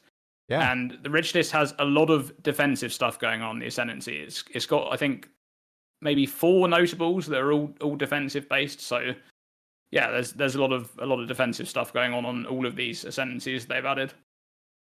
For the Ritualist, I actually haven't dove too deeply into it. Do you want to talk about a few of the defensive nodes there? Yeah, so one of them's all to do with charms. It allows you to socket an additional charm, and it also allows a notable after that one allows you to actually activate charms if you don't have charges. It can spend 25% of your maximum mana instead to activate them. So it's basically like because mana is kind of easier to sustain than charm charges in most situations, you can basically confirm that you can get some of those defensive things off. So, you're not going to get frozen. You can get out of stun easy, stuff like that. But that is 4 points. Half of your ascendancy has been spent on that. Right. So there's another one that gives you life recovery based on how low your life is. So the lower you get, the more life recovery over time you actually get, which is kind of fun. Okay. How do we feel about the violent headhunter? Stabbing the corpses, ripping them out. The headhunter thing is kind of interesting. In a way, it kind of reminds me of the anvil thing, but it's a bit less ridiculous, right? Because it doesn't take that long to actually do. Mm-hmm. I actually find that the first node on that branch, the one that consumes rare monster modifiers, is better than the second node on that branch is really weak, in my opinion. It's weak. So confusing. The only reason I can think that they added that was that so you can pre-buff before a boss. Yeah, but other than that, it's just like you would never take it. Like, there's so many monster modifiers as well. Like, the chance that you actually get a good one for your build is just not... And you only get one, right? And it lasts like 20 seconds or something like that. So, yeah, I'm not a big fan of that second node. Let me... People are asking what node. Let me bring it up. You sacrifice 25% of your max life to grant a random rare monster mod on yourself. Is that the one? Mm-hmm. Yeah, as the Whispers demand it is, Ritual of Sacrifice can be used on yourself. So yeah, and you get, but you can only have a maximum of 1 monster modifier by doing it that way. And the interesting thing was in the reveal for the for the skill itself, for Ritual Sacrifice, Jonathan said that you get 1 monster modifier from a rare, but in the footage, as he's saying it, the player gets 4 monster modifiers from the rare. So if it's 1 monster modifier, it's bad, because it's just going to take a random monster modifier from the rare, and that's just bad. If it's gaining all of the monster modifiers, I think it's actually quite serviceable. It's actually quite a good node. Yeah, that sounds fun. Yeah. I like that. The one thing about this ascendancy that's a little bit weird is just the travel nodes. So between the ring notables, you can equip an additional ring and the 25% increased ring effect. There's travel nodes, but they're all downsides, which I find a little bit strange, especially when one is so much obviously less downsidey than the others. Like 25% reduced spirit, 30% reduced mana, or minus 15 all res. I wonder which one I'm gonna click. Yeah. I mean, if you have 3 rings, it's very easy. I was just wondering. It's just Exactly. being imposed. Like it's basically, it allows them to have an upside on the next node that's bigger than they could otherwise have. And I figure the alternative is they could have said you get a 3rd ring slot, but 60% effective explicit modifiers on that ring or something like that. And they've instead decided, no, we'll give you 100%, but we're going to allow you to choose your own drawback. And I think most people will take the mana nerf in a lot of situations, like Mana? resisted, not Really? trivial in this sort. Well, the thing is, you've got 3 rings, and you can buff them by 25%. So even a single ring with, I don't know, a couple of resistances covers that. But I guess you're right. If you could also have just 1 ring with a nice chunk of mana. So there is flexibility there. The one that really stands out that is the spirit. I can't imagine wanting to take that unless maybe you just have too much spirit and you don't have enough gem slots to put stuff in, and you go, you know what? Actually, that's free. So. Yeah, I could see that. If it was a flat spirit reduction, I could maybe see that. But it being percentage means that it's just, even if you invest into spirit, you make the downside worse for yourself. It's like, that's just a little bit strange. I mean, one of the other downsides I think is a good example of a downside on the Lich is that on Crystalline Phylactery, the one where you can socket in an additional jewel, it has 50% more mana cost if you have no energy shields. I mean, that on the surface looks bad, but that's the kind of downside that you can go, wait, this could actually be really good if I do this and this and this and this, with Archmage or something like that. So, yeah, what we really need for this podcast is we need like a middle tile where we can show images as we talk about it. That's a good idea. Future ones. I like I'll it. actually just write that down. I think that's a good idea. So I have a question with that, actually, Lolcohol. Would you read that as affecting a skill that is, if you're using Burden of Truth, which you probably don't want on a Lich in general, but like, do you think would that like modify, because it modifies the mana cost and the mana gets converted to life? I don't actually know what the order of operations would be there, whether that would modify the mana cost. So if the skill cost 100 mana without Burden of Truth equipped and without a jewel in your phylactery, it'd be 150 with a jewel in your phylactery if you're at 0 ES. But then does that mean that it ends up being 150 life or 100 life at that point? My goodness. I don't wait, Burden of Truth? Is that belt in PoE too? Is that the name of it's the stuff from the uncommon stuff that drops from Ritual from King of the Mist? Oh, that's it is Burden, but I don't think it's Truth. Burden of Shadows. Burden of Shadows, that's it. Yeah.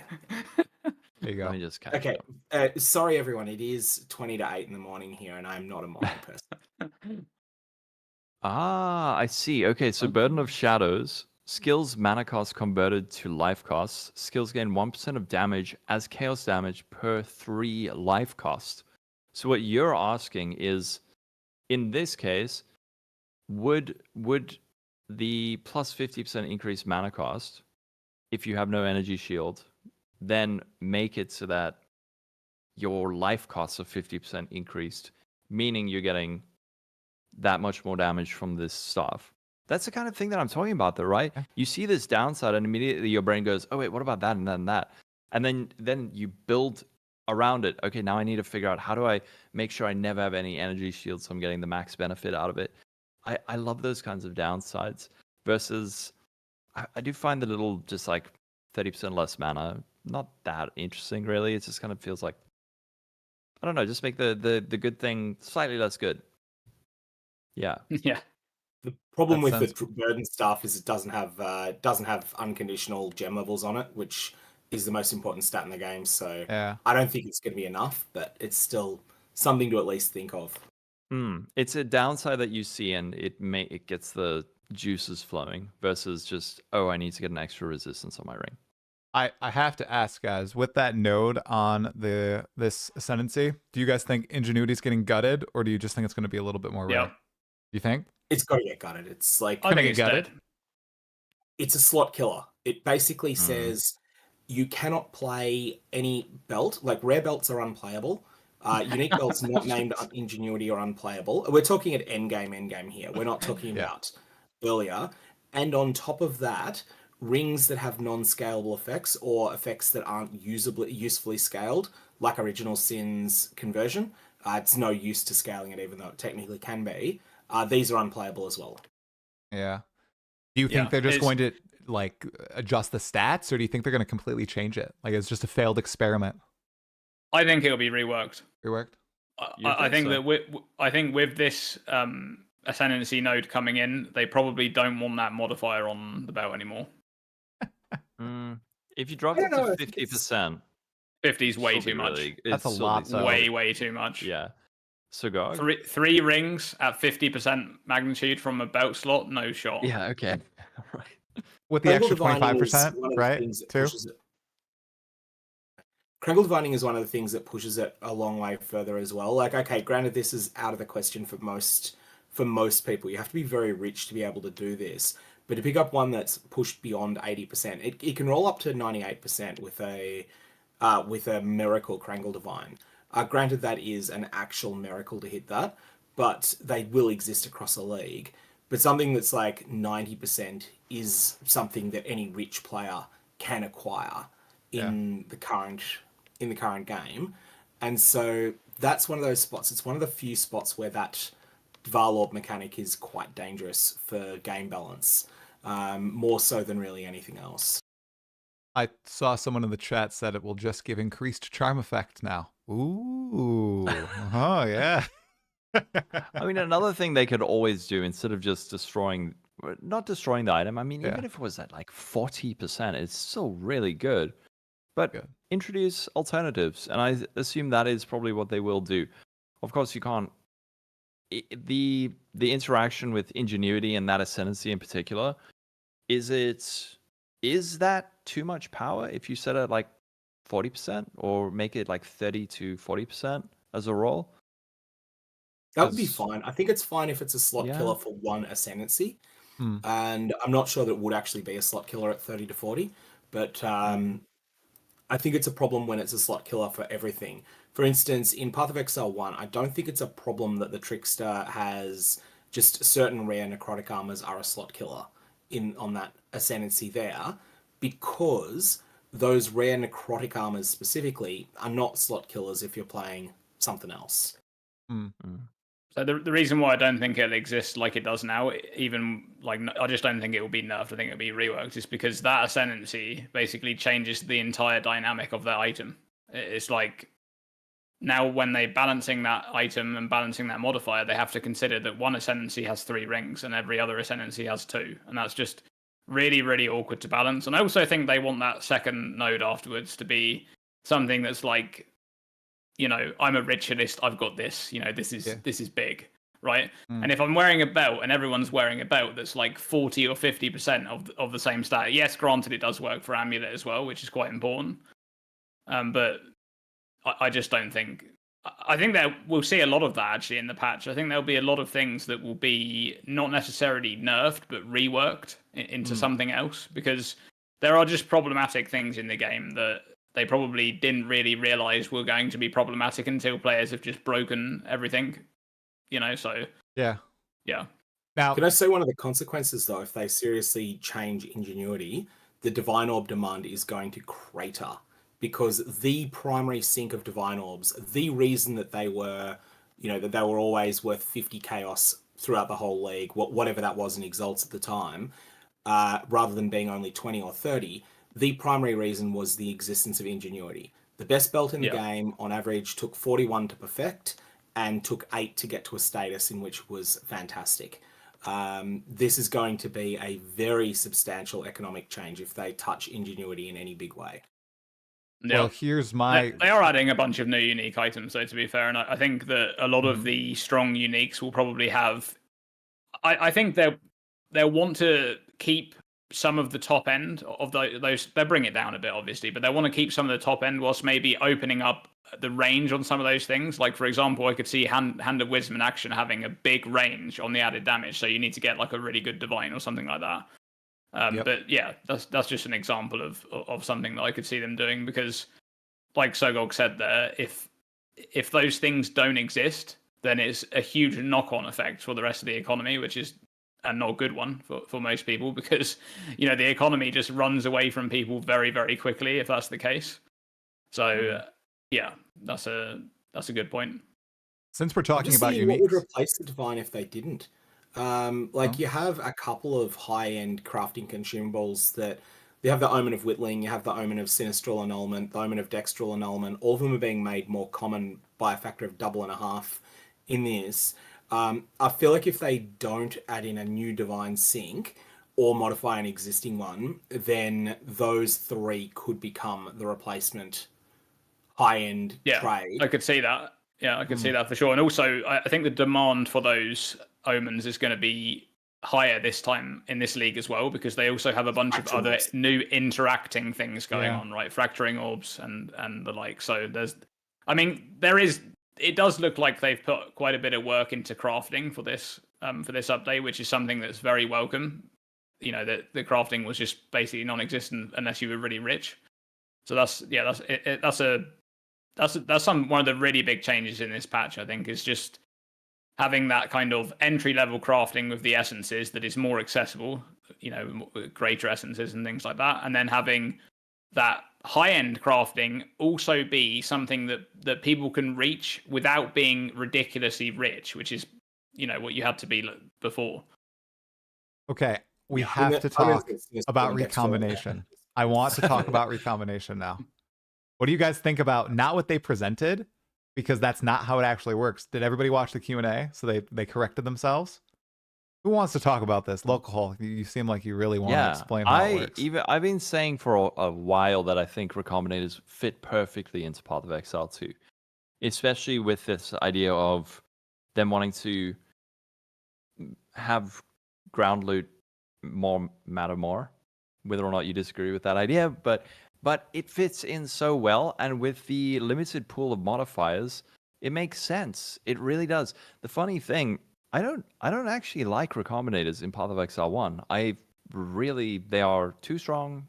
Very often is like the best way to do stuff, and it is so tedious to do it. But with this, I actually think in SSF environments, in trade environments, it not only creates an opportunity to craft upgrades, it is a very, very clear sink for items. Just people are going to be deleting items left and right rather than just flooding the economy. People are going to be buying things and picking things up from the trade site to use with them and deleting them.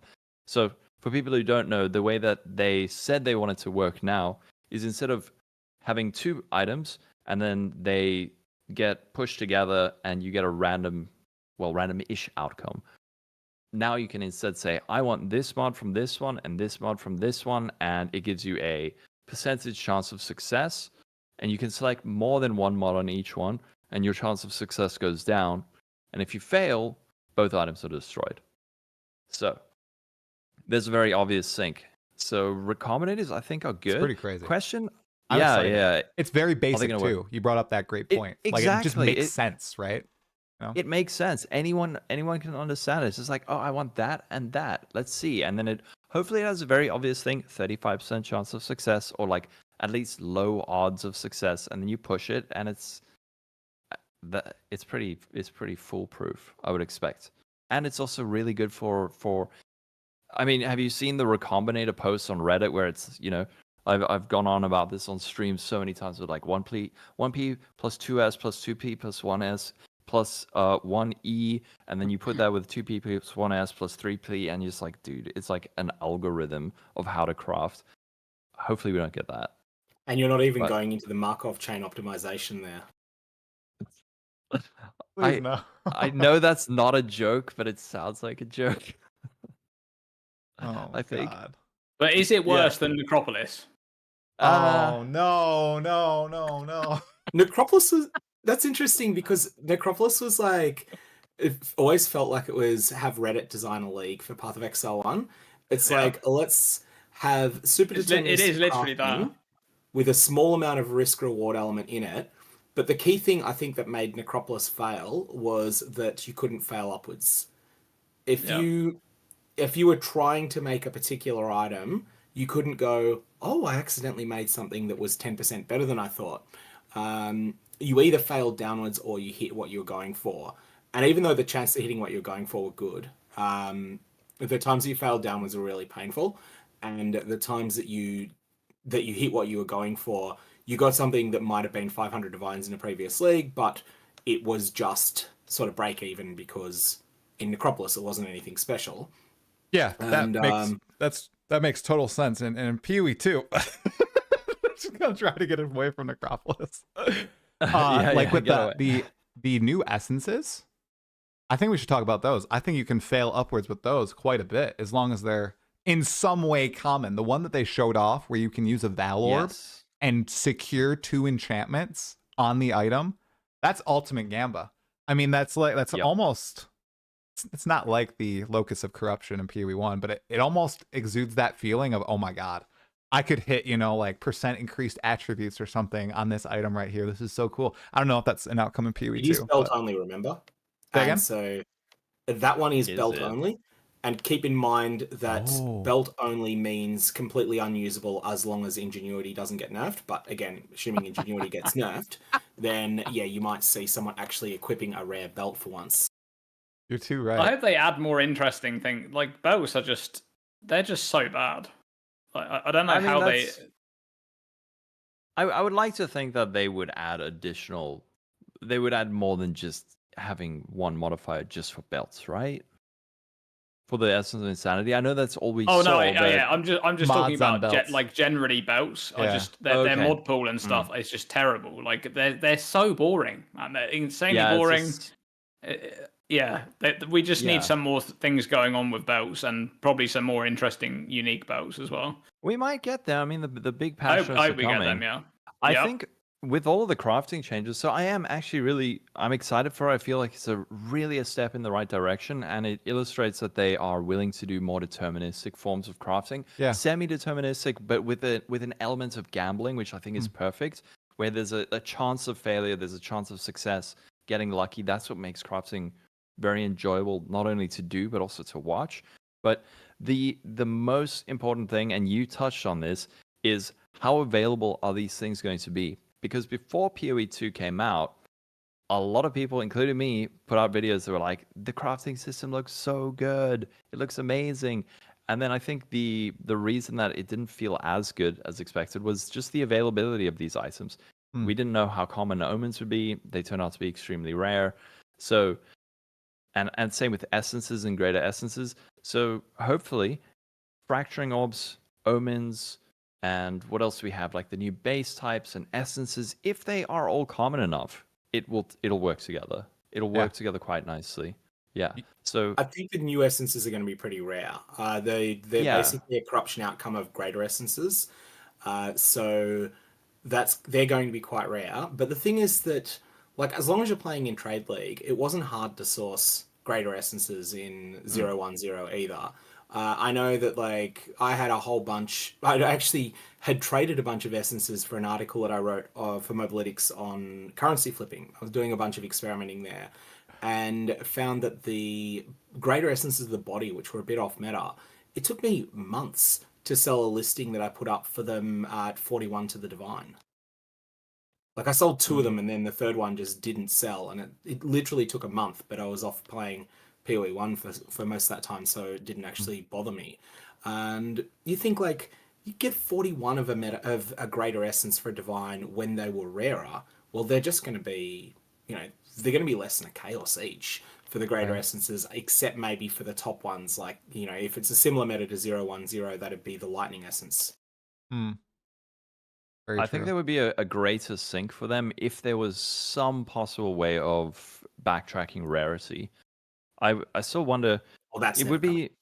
You don't think so? I was just wondering if perhaps something like using an annul on an item, if it had fewer than 3 modifiers, it went back to magic. That could be one way they could do it, because then immediately you get that sync of, get your first mod essence, and then greater essence. If you fail, annul goes back to magic. You're gonna try again. But I think perhaps they weren't used as much because I don't know, when are you using greater essences? Like Do you pretty just- much everyone that I know that wound up with 3 or more mirrors got there primarily through trading for essences, trading for bases, and using both normal and greater essences to do for-profit crafting. You're throwing 40 divines on average in order to hit 1 wand, and then you turn around and you sell it for 60. Yeah, yeah, for sure. I mean, the point more is the crafting tools are there if you are super wealthy and can afford to do those. But I'm thinking more in the context of just like, do normal people use greater essences that much? Like, did you guys who here use greater essences? I guess I'm classified as I didn't make nearly as much currency. That was my end of league gamble project. I had spent the entire time collecting a whole bunch of quarterstaff bases, and then I bought a bunch of greater essences to try to get fizz mods. It's the only time I really interacted with them at any great, amount. Beforehand, it was like one-off, like trying to upgrade an item that had 2 good mods on it, but not in any great amount. Yeah, I was think fine. Yeah, I played SSF for most of the time, so I just used whatever I had, and nothing really came of it, because you just don't really get them at all in SSF. It's just not really a thing. Yeah, they were way too rare. Like, I'm not sure why they made greater essences as rare as they were, but I'm hoping they're going to be a bit more common now. It definitely looks like it, especially because there are some nodes on the Atlas passive tree that actually give a pretty decent chance for like regular essences to turn into greater too, and that wasn't available before. So, yeah. I'm sorry, guys. I interrupted your thoughts on the recombinators. Dream, Sirgog, I think Lolcohol brought up a great point that they're adding determinism to the game pretty firmly with this new recombination system, especially. Being able to pick modifiers, even if there's a chance that the items are going to get destroyed, is kind of crazy. What do you guys think about them adding that level of deterministic crafting to the game? I think it's going to be, like, in a lot of ways, it's just an alternative to the existing crafting methods that exist that will just use different reagents. Like, currently, if you want to create a +7 lightning skills spell staff with tier 1 lightning damage on it, you're looking at leave aside whether you want a staff or a one, you probably want a one, but if you wanted to make that specific one for a project, it's the way that you do it is you throw maybe 500 essences and 25 greater essences, maybe a bit more than that, at staff bases, at a lot of staff bases. You're going to need hundreds of them, and eventually you'll end up getting what you're looking for. At least you'll have a chance every time. Well, this is just a different way to shoot for those same goals, but to do it with different reagents. And also it's a way to potentially recycle some of your failed attempts from the crafting process. I think that's the main thing, is that you succeed at the first essence, you fail at the greater essence. Well, now what you've got is a 1 perfect mod reagent that you can then use in recombination. This is going to increase the amount of good items going around, but it's also going to widen the gulf between people that understand crafting and people that don't. So if you don't feel like you understand crafting, you are going to need to learn now. Whereas in the past, it was fine to just outsource that to someone else. There'll be a bigger gulf involved. It's going to be more important to learn that. That's sensible. How about from an SSF perspective, Dreamcore? How do you feel about it? I think it's a good addition. Obviously, you're going to play Expedition, which is no different than Imperi 1, where you play, Expedition or whatever to start off the league so that you can get early gear. But or Harvest or whatever you fancy really. But for recombinators in Imperi 2, I think that if they have the numbers right on the chances, I think they said, did I hear Jonathan say 35% chance to hit 2 modifiers? So you pick one from each item, and it's a 35% chance to hit them both on that base. That's quite good odds, honestly. It is. Because right now in Imperi 2, we have this going from 1 mod to 2 is usually using Greater Essence and failing almost every time, right? I mean, in my experience, it was failing every time. I should think for most people, it is that way, because the odds are just stacked against you. So using a recombinator and having that success 1 in 3 times is actually pretty good to get to 2 mods.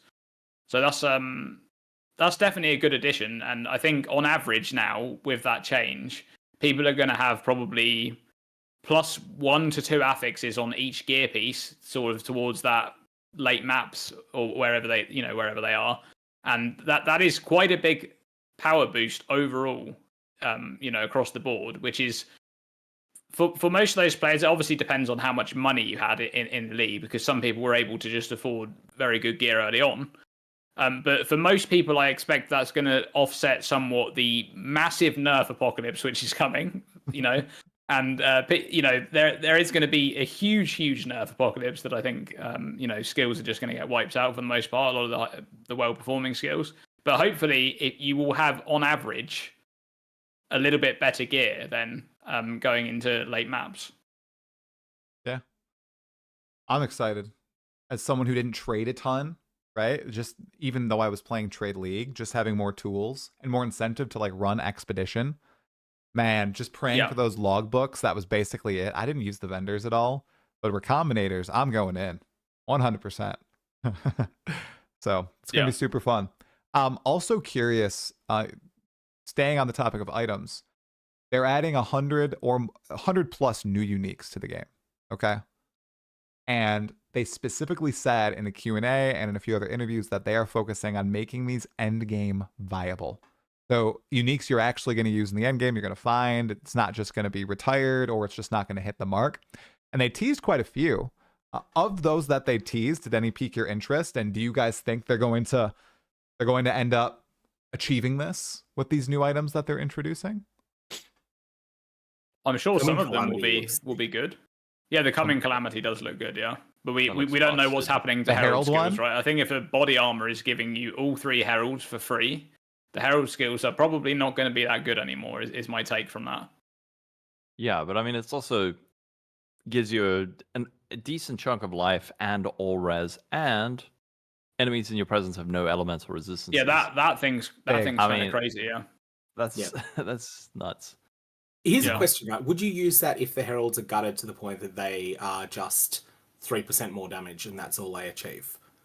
That's more than I think they'll be gutted. But if they were made that bad, I feel like you would still want to use it just for the original sin level.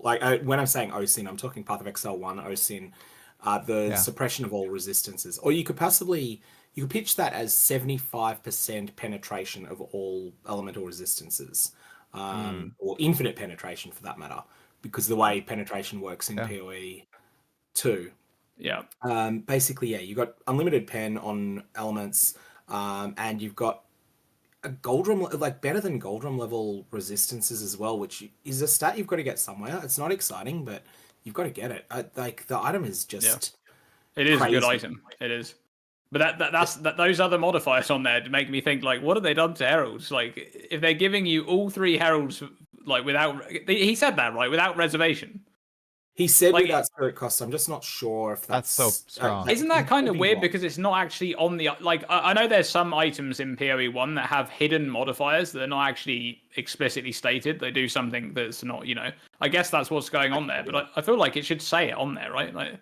Maybe the reason why they did that is so that you can't... Because if it said Heralds have no reservation, you could then socket your own Heralds. Maybe they were higher level or whatever. Because I assume that body armor is going to drop and it's going to have specific level heralds already on there, and that's just the ones you get, right? So Yeah. The heralds are going to be dependent upon the item level of the item. yeah, The one that exactly. they Yeah. show there is item level 84. And I think the vast majority of these that exist will be item level 83, 82, 81, down to 78, whatever the minimum drop level of it is. And they'll be level 18 heralds. How much do heralds scale with gem level again, though? Assuming they stay the same as they are now. I think it's like modest. It's not much, right? Yeah, so I don't think it was too much, yeah. I think from like level 1 to 20, they like doubled in damage or something like that overall. Something like that, or it might have been like 120, Level 19 is 120%. I didn't have level 19 spirit gems Explosion on my damage. character. Still felt strong. Is there any scaling? I'm looking at it in POB. It looks like just like attack- the explosion radius is being scaled. Wait. Okay, no, this is bugged. Never mind. Right. I'll look at it on PWD. The only announced nerf, right, is that they no longer chain off each other. Is that the only thing that we've been hinted at for heralds? Nothing else? Yep. Yeah. Yeah. There's also which Herald is- of Blood coming. Oh my god. Isn't that cool? Where Big did that bloody come from? pops. Pretty cool. Excited for that. I heard. Yeah, well, I heard about it, but I didn't see it. Oh Where yeah, was it? it's Was it a leak? It does scale a bit more in damage. So it goes from 70% to 286% at level 20. Or that's 1 to 20. oh, And what's the One- 18 to one- 19 and 19 to 20 delta? getting it into the is- technicalities here. 19 to 20 is 265 to 286. And 18 to 19 is 247 to 265. So let's call it 7% more per gem level. Yeah. So you're going to be fine. If you get one of the coming calamity that is item level 78 to 83, it's going to be 7% weaker performance than one that's I-84, but I-84 is very rare. Yeah. Why? Are there any level 20 skills on items? I'm just wondering, is that level 19 Fire thing I-90. some... Okay, right. So it could exist. I was just wondering, maybe it's some subtle hint that level 20 gems get some bonus, like Awakened Gems level 5, but probably not. Doesn't Mjolnir get lightning spell level 22 on hit? No, it's 18. It's On 18. the one that's oh, fixed. dang.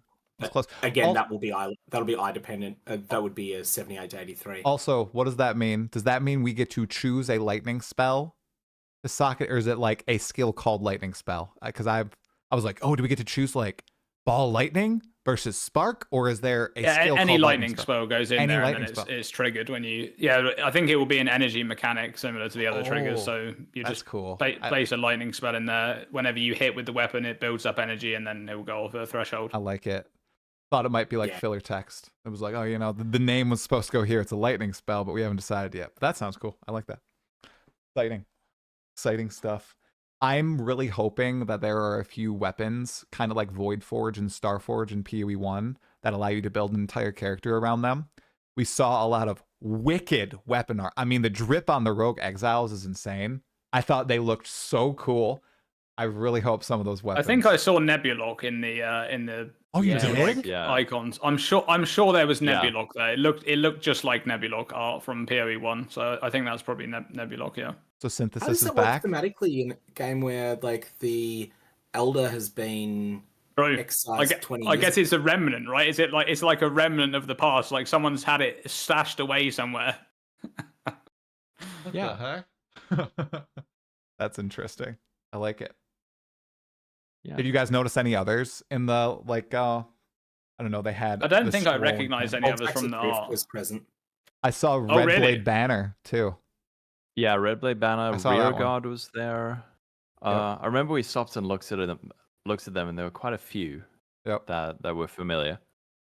But does it really mean anything? Are there, from what we've seen, a lot of the items Yeah, that exactly. necessarily I know what you're gonna say, carry dude. over? It's like Devouring Diadem. Yeah, a Isn't lot the of them same were just thing, so right? much worse. Like, and Somebody many was of them talking about were just Frostbreath. turned into like Frostbreath, the Yeah, like- mace. Was it you, Dreamcore?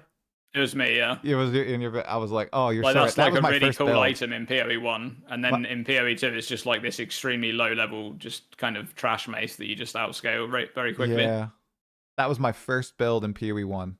It was a double Frost Breath Juggernaut Ice Crash, and it was so shit. I got caught on Drox. I could not kill Drox at level 90. It was so sad. I literally remember trying to kill him for 10 minutes straight, and I couldn't get through his barrier. So I restarted Toxic Rain and cleared the entire game with ease. Almost did it though, you know. Yeah, dang. It's interesting, you know, though, that like some of the items that were underwhelming in PoE 2 but were amazing in PoE 1, there are, of course, well, at least there's two very notable exceptions to that. Two certain jewelry pieces that in Path of Exile 1, one of them is a tier 2 rarity middling popular unique, and the other one I think is a tier 4 rarity, completely forgotten unique. And of course, we're talking Astromantis and Dream Fragments here, two of the most expensive items in the game in 010. And so, yeah, like the different contexts can change what's good and what isn't. But I do think that PoE 1 has some much more thought out uniques. Yeah. Yeah, that's what I'm really hoping for with these new uniques, is that they have more consideration for the state of the current game, I guess, is the best way I could put it. Because the original uniques that were in the game from launch, most of them were designed for campaign leveling, is like the best thing that I can think of. That's just kind of what they feel like. They're like power spiky in the campaign, and then, you know, at some point you just drop them. And then obviously you just have the ridiculous busted items at the end game that everybody's using, because they're just, as Sirgog said, you know, with the ingenuity, you just can't use anything else really, because it's just that good. Yeah. So now we're getting 100 new uniques, but we're also getting over 100 new support gems added to the game, which quite a few people are excited about. I mean, this could, depending on the balance overhaul and everything, this could be one of the most impactful things happening. You know, giving people more options, more viable options with all the new skills, all the existing skills. We saw a couple of the support gems, but what do you guys think about their focus on just getting I'm assuming as many supports into the game as possible with every patch? Because it sounded like they kind of said, yeah, next patch we're aiming for another huge batch and another huge. They just want to keep going with this. It excites me. Lolcohol, what do you think about the options that might be presented? Very, very happy with it. One of the things that I was never really worried about it, because it's just the first release, but the feeling like the options for a lot of build things were quite limited, and often you would end up just making a very similar build to someone else because that there wasn't enough available to currently to really experiment and do something completely different. But this is the start of hopefully now really being able to have those similar but different builds. If we get enough supports, enough uniques, enough different scaling on the tree, that's what's going to get it to that Path of Exile feel, where you can have poison lightning strike or hit based lightning strike, or I don't know. Okay, that's probably all. I don't know. There's probably other kinds like that I'm not thinking of.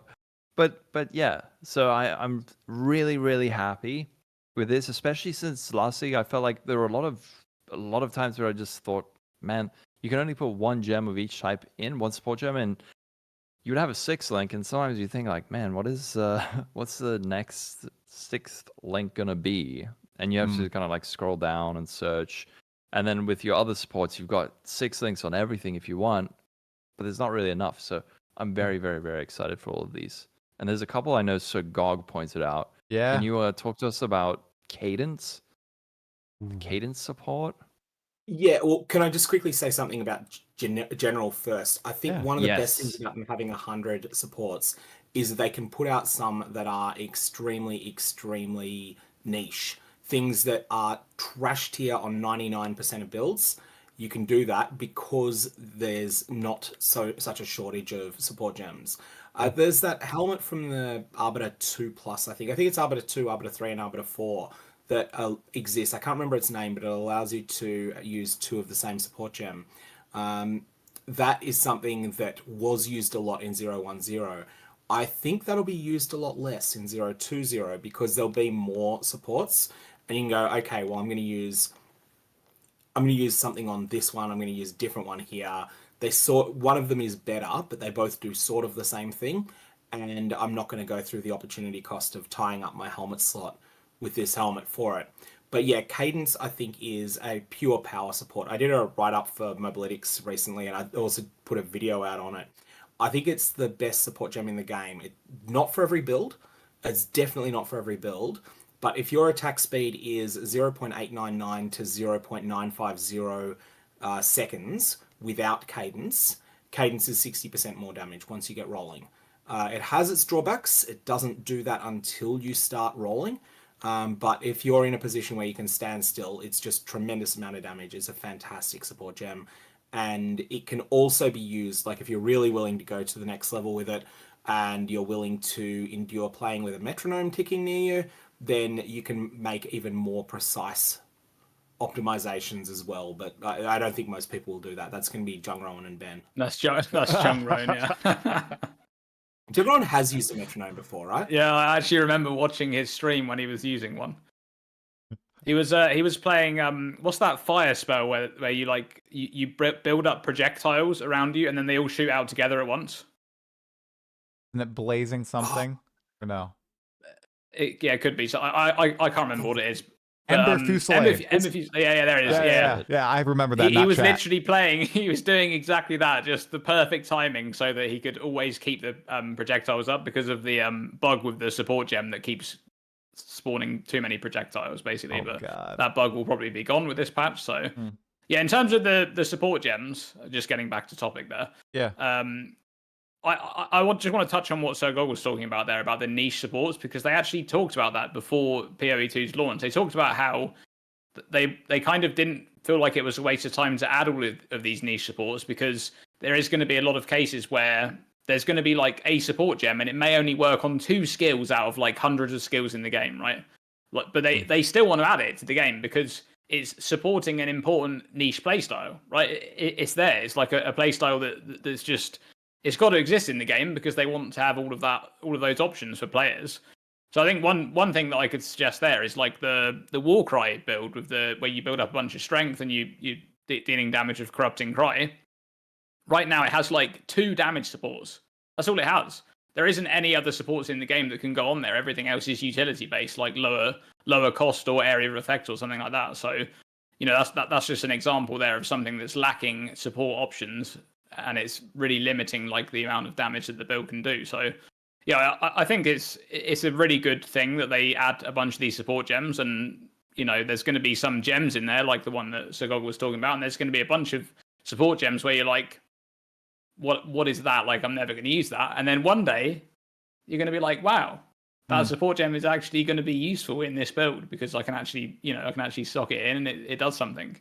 Almost like unique items with the number of support gems that are going to be in the game at this point. What is it, 250 plus now? Yeah. And they'll always be there. Maybe I'm crazy, guys, but when Jonathan was scrolling through the support gem screen, I was just thinking, I feel like there needs to be some extra sorting options kind of with gems. Yeah. There's so many. Oh my, I know you can search for like by tag, but I'm almost wondering if they should add in the ability to have tabs with all the different tags and you can go through those. I don't know, because there's a lot. That's a crap load. Yeah. I mean, the UI needs a lot of there's work. a lot going on. It's pretty bad, yeah. I also think but that they could consider going with more than 3 tiers of them.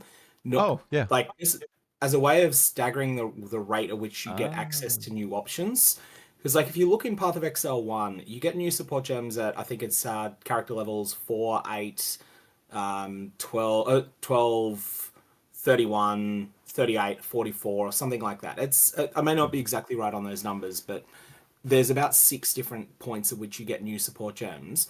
And it means that like if you're someone that isn't following a build guide, then you can make a choice between a non-overwhelming number of choices, and then you can make another choice later. I feel like they should probably have, instead of 3 tiers, maybe have 6 or 7, introduce them a few at a time, and you don't even necessarily need to delay getting any of them. You can have it so that you still get them at the same levels you get them now, or a bit earlier, but you just have a few more options. That's a sensible approach as well. Yeah, I could see them doing that. I can't wait to use Syzygy support.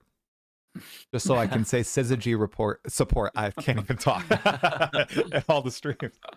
What does What a it do crazy again? name. It's such a cool name. Syzygy. Yeah. I it's can't good. remember what they showed for that one. Well, The name really does stand out. There though. was, It's to be something- honest with you, there was so much stuff in that reveal that like half of it is just like I'm gonna have to rewatch it like a couple of times. there were I've a just been lot. so busy after the reveal that it's just like catching up on all the stuff is just crazy. It's a lot. There were a lot of slam supports being added. That I noticed that. I feel like maybe the majority they were showing, like Syzygy, that was a support for slams. It had, freaking 10 lines on it, so I don't remember exactly what it did. But it seems like they're trying to add some more support to those slam skills that were so pesky for that entire first cycle going on there. I'm really curious, guys. Just for a second, since we're talking about support gems and like balance, okay? Yes, there is balance happening. Like I think Dreamcore, you said they talked about balance 3.5 hours into the reveal, and I think Mark Roberts literally said, "quote forget everything you know about PoE 2." End quote. Yeah, good. I Good. mean, dude, that's crazy. I feel that's for us PoE 1 players. Maybe it's more important to us than everyone else who is newly introduced. That's like I think like a main feature. They always But talk I about think balance. It's important to like, even though you may not be excited about balance in the game, Yeah. that's an important aspect It of is. the game being good in leagues to come. Because there's going to come a time where you will just like be like, okay, I don't want to play this build for the 5th time in a row, right? Because it's just the best build. Mhm. And we have had something similar to that in PoE 1 for a while. Now it's a bit different because we had the one big patch where melee suddenly got buffed to the moon. But for a long time, melee was crap, and there was a bunch of builds that just were sitting at the top for leagues and leagues and leagues. You could just log in and play the same build. So I think them balancing the game, and by the way, how on earth did they not put this in the main video? How was there not just some kind of dialogue from Jonathan or from Mark just saying, like, we're gonna balance the game, like that's all they had to say, like we're gonna balance the game. Some things are completely out of whack right now, some stuff is terrible, we're gonna balance the game. There's gonna be a huge balance pass, you're gonna get the patch notes next week, right? That should have been in the video rather than an hour and 10 minutes or whatever it was into the Ziggy D Q&A. It just suddenly the topic came up out of nowhere, by the way. It wasn't really like a very specific question or something. They just kind of ended up on that, and it's a huge topic. Like, it's a giant topic. The balance of the game is massive. For a lot of people, like, if the game isn't balanced properly, they begin to not enjoy the game anymore. So, you can add as much new content as you want, and at some point, you're just playing the same build league on league, and people get bored with it. So I think them balancing the game is really important, and I'm just excited to see the patch notes. Like they said, like you said, it's going to be a different game, and I just want there to be. It's just going to be a nerf apocalypse. Like, just seriously, bring everything down, get some of those underperforming things up a little bit, and then just hopefully we're at a better baseline at the beginning of patch 0.2. I was listening to Connor a little bit to get my Twitch drop that night, and he said, I think they need to nerf everything by 90%. That's probably what they need to do. Yeah. Will they do that? Or are they going to go with 40, 50% to not scare people? Because we all know how. I think the chat's bringing up some good points there, saying that they're scared. Like they're scared of basically like scaring players off, pretty much. And I actually just think they just. What do you think, Sirgog? Inaction scares players off. Like inaction, the reason that I have played less in January, February, March than I would have otherwise is because there were 3 egregious balance mistakes. I'm only talking Hand of Wisdom in action, Archmage, and Trample Toe, the Trample Toe Frostwall interaction. These are the 3 egregious mistakes. 89% of players on high-level characters, according to PoE2 Ninja, are scaling their damage using one of these 3 methods. Now, this means that any boss that they want to introduce to be something that can actually stick around for a little while, it needs to have its numbers balanced around these egregious outliers. And that means that they're going to be a complete and utter progression brick wall for anyone that's not playing one of these balance outliers. This is the consequence. This is the status of the game now. They should have fixed those 3 outliers. The 2 that they knew about at the time in December. They should have fixed in December. The one that came up later should have been fixed in January. Yeah. If they'd done that, if Hand of Wisdom in Action had been deleted, like nerfed so hard that people replaced it with Rare Gloves from Act 2, if they'd replaced Archmage, like if they just nuked it from orbit, and then later on you can buff them back to the point they're compelling to use, but that they don't dominate the meta. If they'd done that, I think the game would be in a much better place. This is what they were promising to do before the game started. And yeah, like it's just, people sort of drift away because it's like, I don't really feel like playing Hand of Wisdom in Action builds. I don't feel like playing an Archmage build, and I have zero interest in the Trample Toe stuff. So I'm not playing, I'm basically unable to compete economically with the people that do use those broken things. Yeah, and to be honest with you, that was one of the things I was most excited about with PoE2 was pre-launch. They said they were going to be balancing the game regularly, and then, a couple of weeks in or a month in or whatever it was, they put the last patch out, and then we didn't have anything for 2 months. Just nothing, like no communication, nothing. The game's just stale. The same things are overperforming. And did they get asked about that during the Ziggy interview?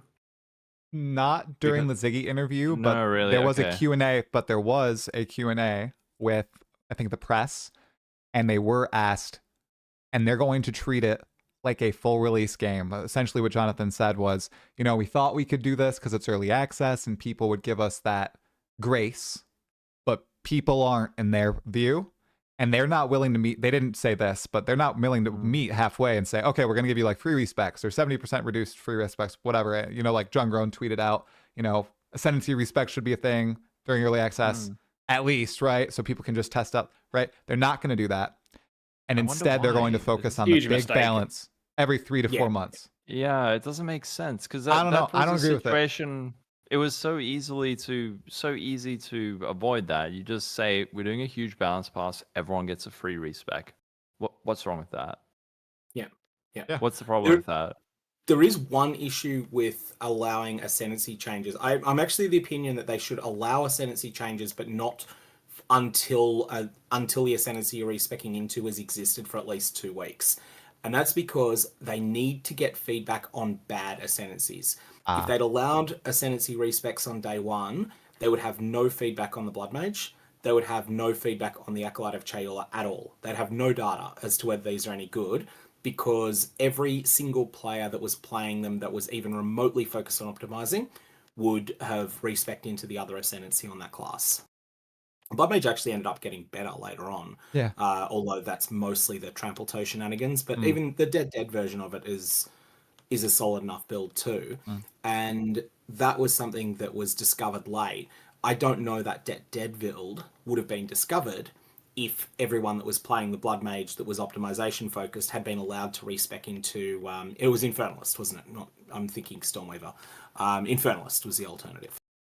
So my big fear for this patch and balance and 100+ new supports, 100 uniques, 5 new ascendancies, all this stuff coming to the game, these crazy essences, all the crafting options, I feel like the exact same thing is going to happen. And there's going to be a few outliers. Everybody's going to gravitate there, and then nothing's going to happen until August. Yeah, right. It is gonna. That exact thing it is inevitable. It's an inevitability that the game gets broken by. There's a lot of very smart people that play PoE. They come together and they break the game. It happens within a matter of days, right?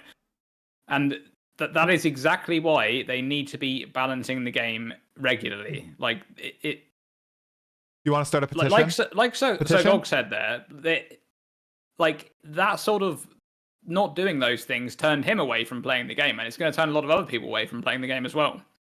So you're not going to get that sort of longevity of people testing the game, testing lots of different ascendancies, lots of different builds, lots of different skills. And instead, what you're going to get is a huge group of players all converging to the same build, all converging to the same playstyle, and everyone just plays the same thing. They once again delete bosses, and you just end up with the same thing that you had in that patch. And I actually do think that we are going to get that pretty much as is again. Like it might not be as bad. Like players might not be doing quite as much damage at the top end, but I think bosses are going to be melted again. Like there's going to be cases where people are just instantly killing things, no animations, no skills being used. So Yeah, that's why they need to balance the game. It's as simple as that. They even said this in the Q&A. They actually said that they cannot balance the game during early access. They know this, right? Yeah. They know that, like, no matter what they do, there's always going to be broken things.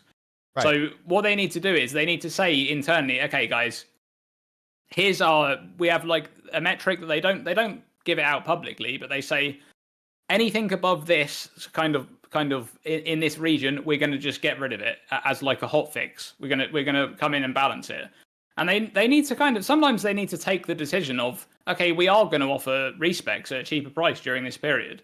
Like that would be a good idea, I think, overall, because it's a good compromise. You can say to players, we'll lower respec costs during early access, and after early access, it's going back up again. As long as you communicate it properly, then that's fine. Like you can have it. You can even have it in game whilst you're respecing. You can have a little red bit of text that says gold respecs are 50% off during early access.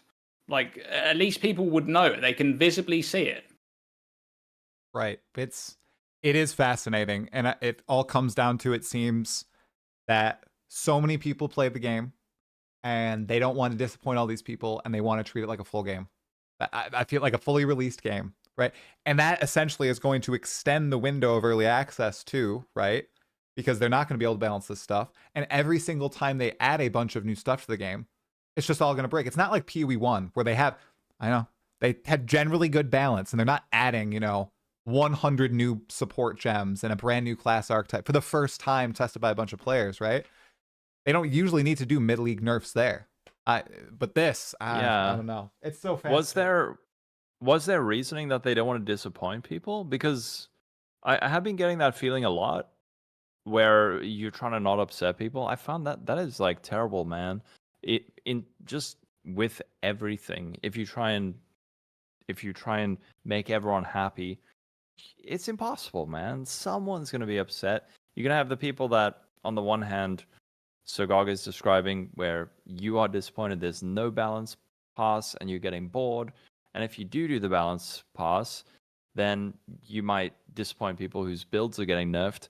What I think would be ideal is to say what is best for the long-term outcome of the game, and do that. And then people just deal with it. And then possibly put some things in place to smooth it out a bit, like the cheaper respecs. I feel like there is a very... It's like a strangely obvious middle ground, but whenever I feel like something is obvious, I feel like I'm maybe missing something. But in this case, I don't know what it is. Why?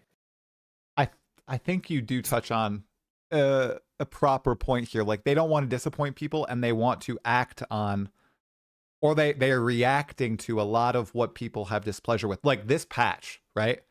I was expecting this patch to be something totally different. I was completely like hoodwinked watching it, right? I think some other people were as well. But it is, if you look back, it kind of makes sense, right? Like Mark said, we don't have a timeline really. We're going to react to people's feedback, and that's what we're going to focus on, right? And that is literally what this patch did. Full end game focus, adding a bunch of new character options to the game with the support gems and unique items, the new character class, right? And that, what were people complaining about the most? Like, oh, wow, the campaign was great. End game though, wow, ass. There's nothing to do, right? And they blasted it out of the park with that, right? I feel like it was just very reactionary. But with the character balance thing, I think it just goes back to, yes, it's in early access, and we can say like, oh, when you hover over 50% off in early access for respec costs. But they don't see it as early access. They see it as a fully released game. I swear, that is the thing. That's how it's treated. PoE 2, Dawn of the Hunt. Mystery boxes come out next week, you guys. Mystery boxes in early access. We were talking about that before the stream. I don't know. Is that actually a thing? It was in the live stream. Am I crazy? I think Mark said our first mystery box will be in next weekend. Chat, correct me on that, but I am 95% sure he said that in the live stream. Maybe I'm crazy, but that matches my recollection. But yeah, he said there's no new supporter packs, but he was like, we're going to have our first brand new skill effects for PoE 2 and mystery boxes next weekend. There's just a clashing of ideologies, and I love the patch. I think it's going to be super fun, but there are some things here that, tweak me a little bit. Not to get negative or anything, but... No, that's fine. I'm not I feel surprised the that same. to like they're trying to introduce cash store purchases into Path of Exile 2. Honestly, Yeah. I thought one of their highest priorities, and actually one of the metrics I'll be using to judge their progress towards 1.0.0 will be the percentage of the back catalog of Path of Exile 1 microtransactions that are ported over. I'm talking about the ones that can be sold still, because it doesn't really matter to them. Something like the what's the name of the Orion supporter pack from the year they introduced Cyrus. That doesn't matter because they can't sell it anymore. They've promised to bring it in, so they'll do it at some point, but that's not a super high priority for them. But the things they can still sell, like let's just take the Sin and Innocence armor set. You know, one of my personal favorites. It's quite expensive, so it's something that most people probably aren't interested in buying, but I do like the look of it. That's one that makes sense for them to consider a medium priority at least to get into Path of Exile 2, and because it's something that makes them money, and it's something that they'll only defer if doing so is really important. That's my thoughts on it. So I'm sort of thinking that we'll see a bunch of MTX brought in, and I'm just basically tracking how far off 1.0.0 is based on if they've done 30% of them. Well, they're probably 30% of the way. Yeah, that makes sense. I was also surprised that there wasn't as many cosmetics like on launch when they were probably at over 1 million players, right? That probably just means that they just weren't ready, right? And they are focusing on other things. Really interesting. All right, I'll move on from the doomerism talk, you guys. Let's talk about some. We haven't even touched on Endgame. Holy crap, Endgame, you guys! Wow, because everybody here, I mean, probably is going to play a decent chunk of that. It looks good. I want to start with towers, okay? Because everybody was like, towers suck, towers are ass, remove towers, they can't fix towers. I don't know. They actually look kind of cool now. You know, they have unique boss fights that actually... We've got Lightning Boy, Blackjaw, which is pretty cool. The Dueling Witches, right? And now we can influence like 34 maps at once. Hell yeah. What do you guys think about the tower changes? Lolcohol, what are your thoughts on it? Yeah, I think it's good. So I think they solved it in a really smart way where it wasn't towers inherently, they're not intrinsically a bad concept. The problem was just the frequency and the requirement to do them. But now you can run one, juice it with 3 tablets. It affects a ton of maps. It's got stuff in it. It now is actually a genuine point of interest. Yeah. So I think they nailed it. Obviously, we're gonna have to get a caveat for everything. We'll see when we get in game, but on paper, it looks really cool. I will be excited to see a tower now, rather than thinking, oh boy, I have to run 6 towers before I can play the game. Oh god, no. Yeah, that was making them like rarer and then cover a larger area is just a really good change. That's just a great change overall. And then obviously being able to use like multiple tablets on the same tower kind of fixes the problems that they discussed in that reveal video, where you kind of are taking away juice from the player by making that change, but then they're adding it back in by having multiple tablets on the same tower, which is, that's good change. Yeah, I think that with towers, I think part of the reason people hate them so much is because before 0.1.1, there was only one tower layout, the Lost Towers, and that layout is absolutely god-awful terrible. And that was 100% of towers. Then that got improved to be only 20% of towers. And that was a significant improvement, but you still encounter it often enough that you get annoyed. Well, now you're going to be encountering the Lost Towers layout 6.67% as often as you did in 0.1.0. And so that's going to feel like it's just going to be a rare nuisance. It's not going to be something that's horrendously awful anymore. On top of that, the other layouts are all, they vary, but they're going to be okay. Towers are no longer going to feel like an empty map the way that they did in particularly 0.1.0, where you're just of running to the end of the Lost Towers, hoping to get to the end of it. They're going to feel like a real map now. And the one concern I have, though, is that it is still the case, from what I can see, that a large percentage of the loot that you get in your maps is going to be generated as a result of explicit modifiers on very well-rolled precursor tablets. Yeah. I feel like those are overtuned, and that some of that loot should be removed from there and put into the put into just other things, like potentially map modifiers. Okay, Yeah. that makes sense. Because you're always going to want to beeline to these towers every time, right? There's no reason you would never do that. You'd almost feel bad the more maps that you're doing before you Yeah, get exactly. the The tower more in maps the you radius. do in the radius, Yeah, the more right? maps you do in the radius, you're wasting potential that. juice there. Yep. Well, if that amount of maps are being covered, by the tablets. One thing I do also like about this is that they did add some of that counterplay within the Atlas now. There's not just the towers, there's also the corrupted zones along with the cleanse zones and everything. I was wanting something like that. That's very cool, and it has that big decision.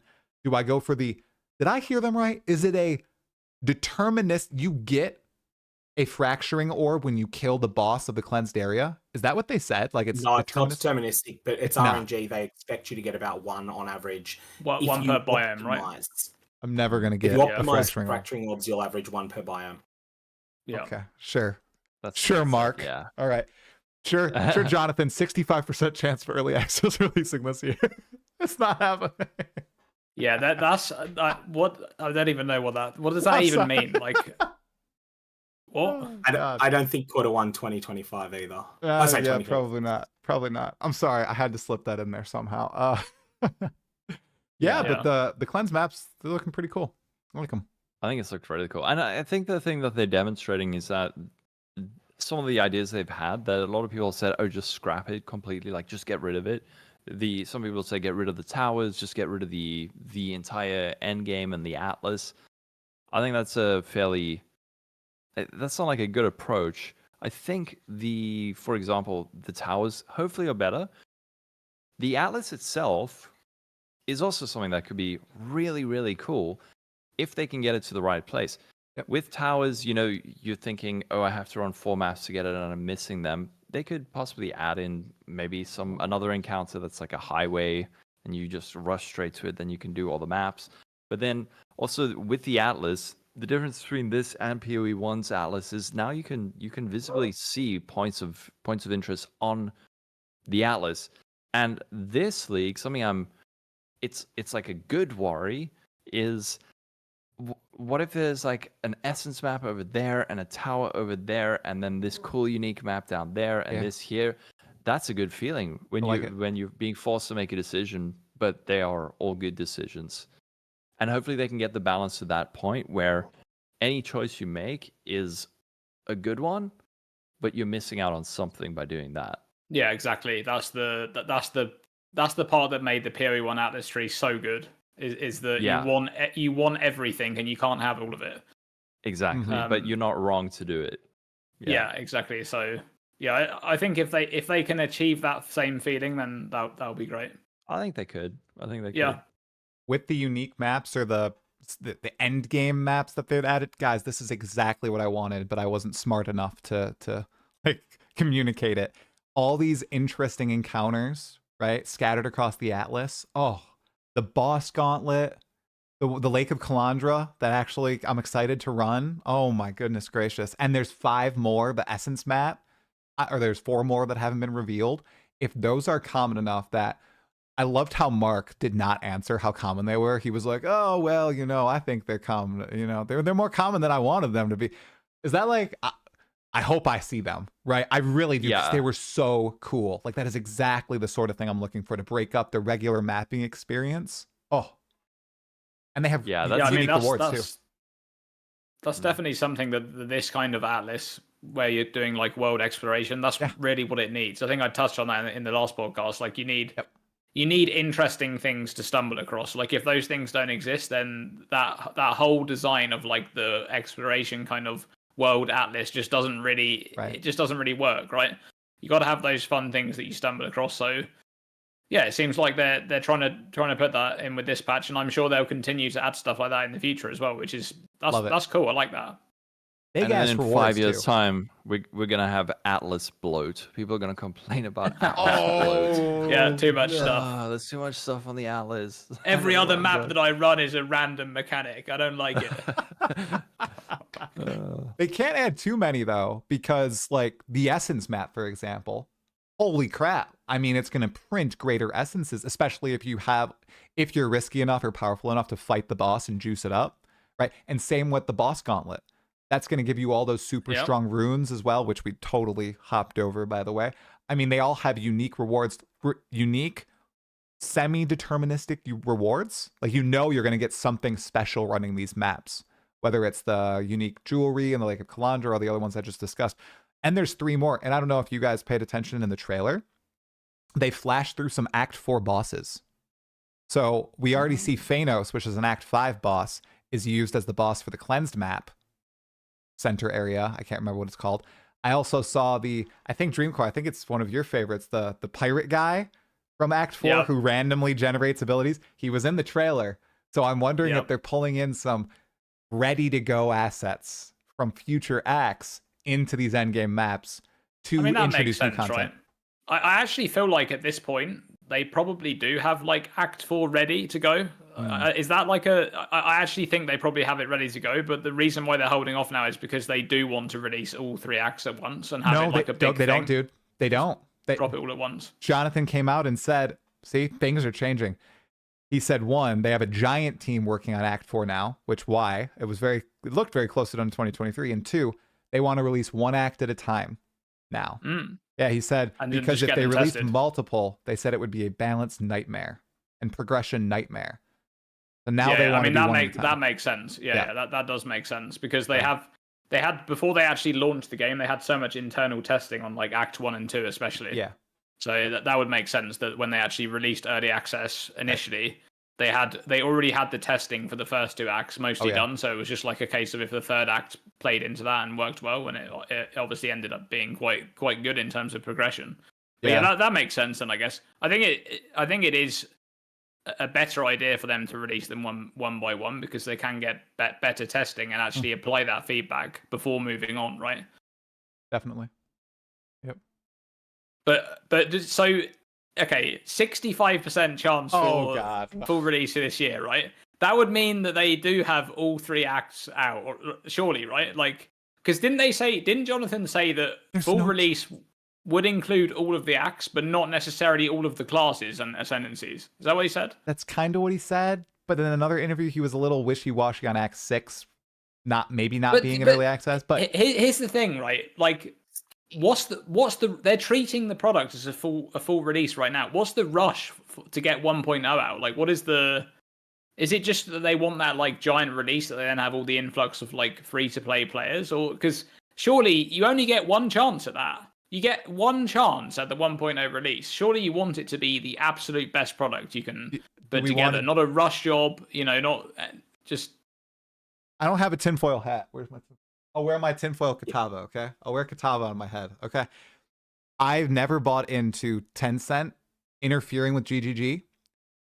I think they saw that massive success of early access. Did you hear that they already recouped the cost of development PoE 2 with just the early access launch?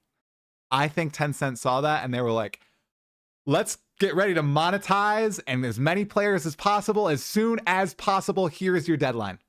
And I think the reason Jonathan said they might not have all the acts in early access is because that is a lot longer to create than what they've already done with the axe. I don't think they have like Marauder and axes and swords like really tested right now. I think the axe though are probably in a good spot. So my Katava hat is Tencent has set a deadline and they now have to hit it and they can't push as long as they want. Because I feel like if early access goes as it's been going now, it's going to be like probably 2026, end of the year or something. I don't know. Am I crazy? True. Yeah. Tell me if I'm crazy. Yeah. If it's going at the current pace, probably end of 2026 at current pace. I think there's a deadline. 36 ascendancies, like I'm considering 36 ascendancies and 6 acts to be full release. And on that metric, I'm thinking like the earliest I think it could happen is middle of next year. Yeah. Unless there is just they've done a lot in the background. It's possible. Yeah, but coming into this spoiler season, I was thinking, right, there are 3 plausible scopes that Dawn of the Hunt could have. The first one, they put out 2 or 3 classes, they bring us up to about 24 total ascendancies, and they add Act 4.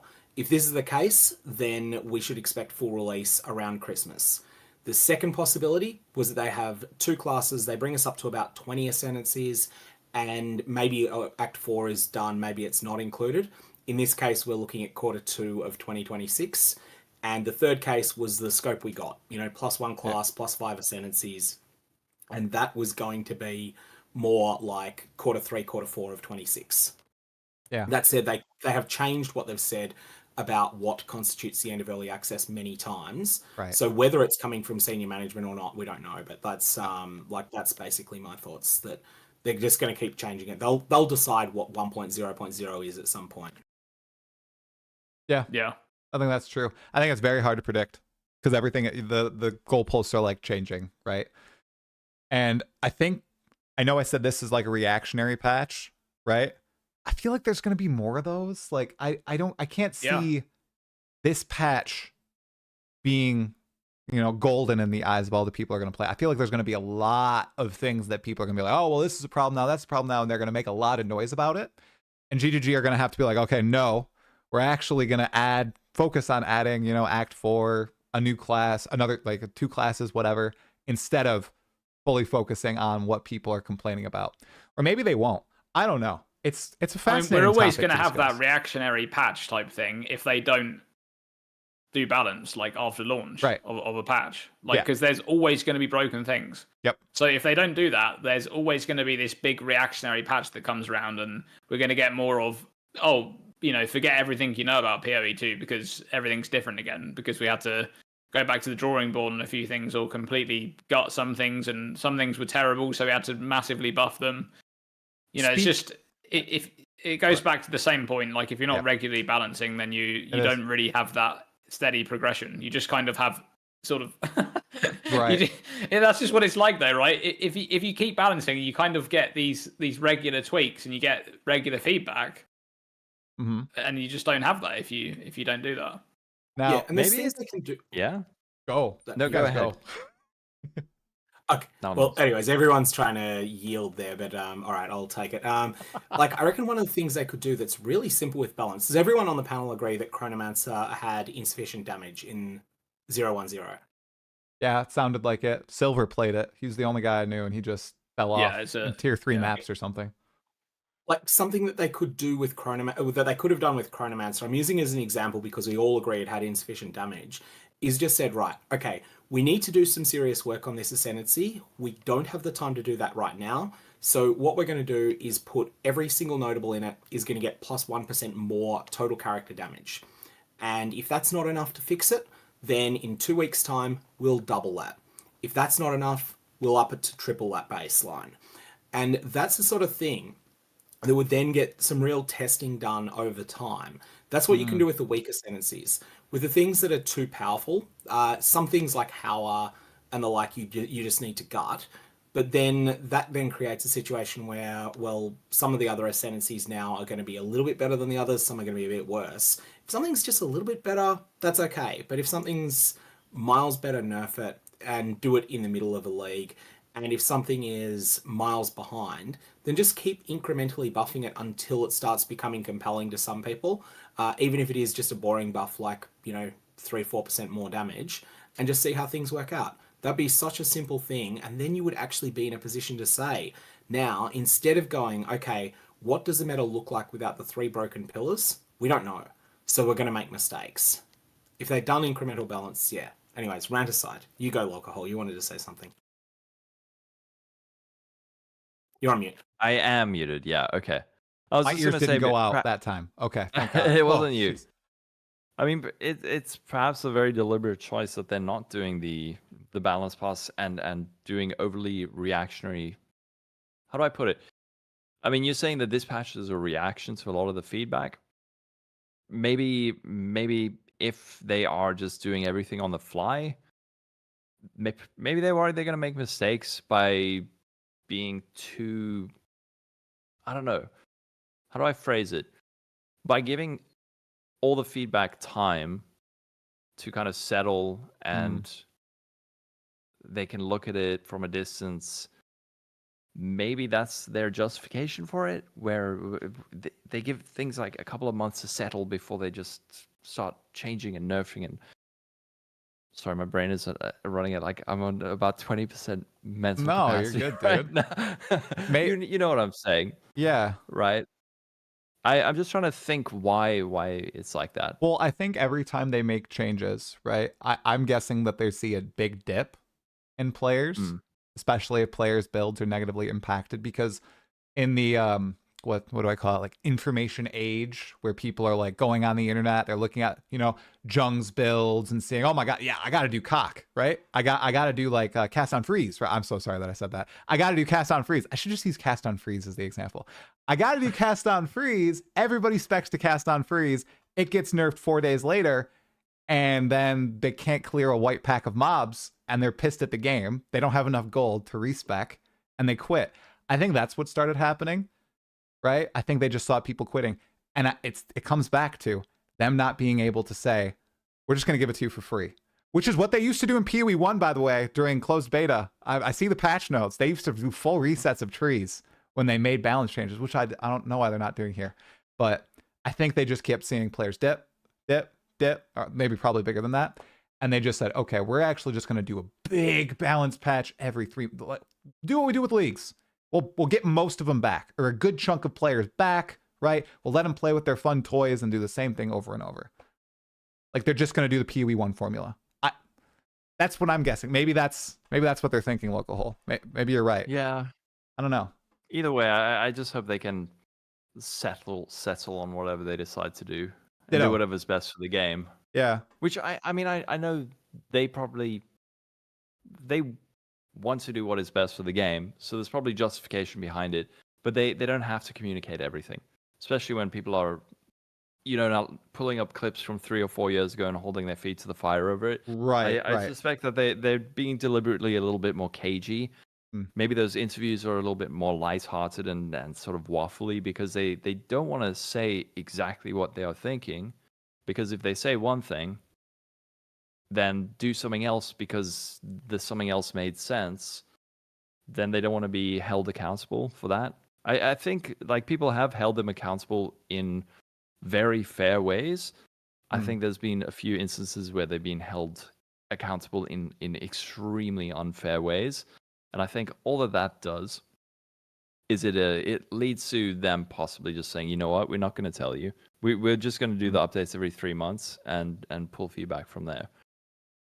No more roadmaps. No more balance manifestos. No more Druid, right? No more Druid. No more Druid. It's gone. Rip Druid. I am so sure. Okay, so they were asked about the Druid in one of the other Q&As, and they said, we have no timeline. Dudes, it's going to be the last class. I swear. I swear. 2027. I think maybe they ran into a snafu or something, but How? I don't know. I think originally it was the WASD with the forms completely effed them. That was I remember one of the devs talking about it. That's right. Yeah. Yes. But then They just can't work out how to make the bear walk backwards. It just doesn't work. It literally they're done. is impossible. They're done. They're gonna have to delete the druid over that. He just needs to get on his hind legs and do like a shuffle like this. Oh, Unbearable. Yeah. Good. That'd be good. But what I really think of it, like, we saw a glimpse of it in that interview with Ziggy when they were talking about the Huntress and the fact that they said they had her done, and then they like completely changed some stuff. They added the buckler, they added parrying, and then they reformatted exactly how all the skills were. I feel like that's been happening for 6 years, and now we're kind of privy to it, right? We weren't before. Like, they would go long periods of not saying anything. And I think that's just, you know, it's public facing now, whereas it wasn't before. And it's kind of jarring to a lot of us, because personally, I have been a gospel dude. I've been, you know, GGG, you say something, I believe you. I'll shout it from the rooftops. And now the past 5 months, that's kind of like been proven false. Like, they've said a lot of things that they've changed, you know, direction on, design decisions and what's releasing, what's not. And it's not a big deal at the end of the day, but I get why people may have been a little frustrated. That's it, right? With this announcement and how it was handled. So yeah, I think they've gone from 10 out of 10 communication prior to Ultimatum in Path of Exile 1. Ultimatum comes along, they decide that they need to nerf Harvest to make the game better, and they get a tremendous backlash that gets whipped up by a couple of mirror crafters who are like, okay, we're losing our 10 mirrors week 1 strategies. We are going to start a riot about this. and they whip up a bunch of casual players by saying this is targeting you, when actually it was targeting the Merrowcrafters, and they whip them up into a frenzy, and you end up with GGG having a post that's downvoted to like -8,000 on Reddit, which is why we are making surgical nerfs targeting the top 0.1% of the player base. And although that's not the way they worded it. And then after that, people realize that if you whip up a mob targeting GGG, you can get them to change things in ways that favor you in the game. And the community learnt that lesson, unfortunately. It'd be better if they hadn't. And now that's when the communication went from 10 of 10 to 7 of 10. I feel like it's dropped from 7 of 10 to 5 of 10 in the last... Really in the last probably 13 or 14 months, I reckon. And it's been because I feel there's been project management failures that behind closed doors, GGG have known, okay, we're missing this milestone, but they've held out until the last moment before they've said that. I think people would be disappointed, but would be okay with it if Jonathan had come out at some point and said, hey, we've had to scrap 23,000 hours of work on something in Path of Exile 2 because of a major design decision where we've realized something works better. This means that we are now substantially behind. Here's our plan to fix this. 3.26 delayed, 0.2.0 delayed, But you need to communicate that far enough in advance that people aren't shocked by it. Then people are disappointed, but they're not furious. The thing is, it's clear that they have known that 0.20 was going to be later than a lot of people expected. You know, who knows when they actually decided that they had to push it to the 4th of April. I'm pretty sure that they were going for the 21st of March until even late in February. But then they just communicate things later, and that's kind of digging them a bit of a hole, whereas they used to have this reputation for integrity and for just giving the bad news when it's needed. That was eloquently said. Yeah, I pretty much agree with that 100%. It's just like all the things that the information that we should be getting is coming much later than it is. Basically, that's like, for example, the PoE one, the video that was like the now infamous video, the 3 minutes of nothing, basically, Jonathan just saying nothing about PoE 1. We've got absolutely nothing. We've got nothing in return, you know. And then obviously after the weekend, they then come back with the Freesia event plans. But that, you know, that video, like, the information that was in that video should have come way earlier because they knew about this stuff. Like, it's not like a PoE 1 league was not going to appear magically out of nowhere. Okay?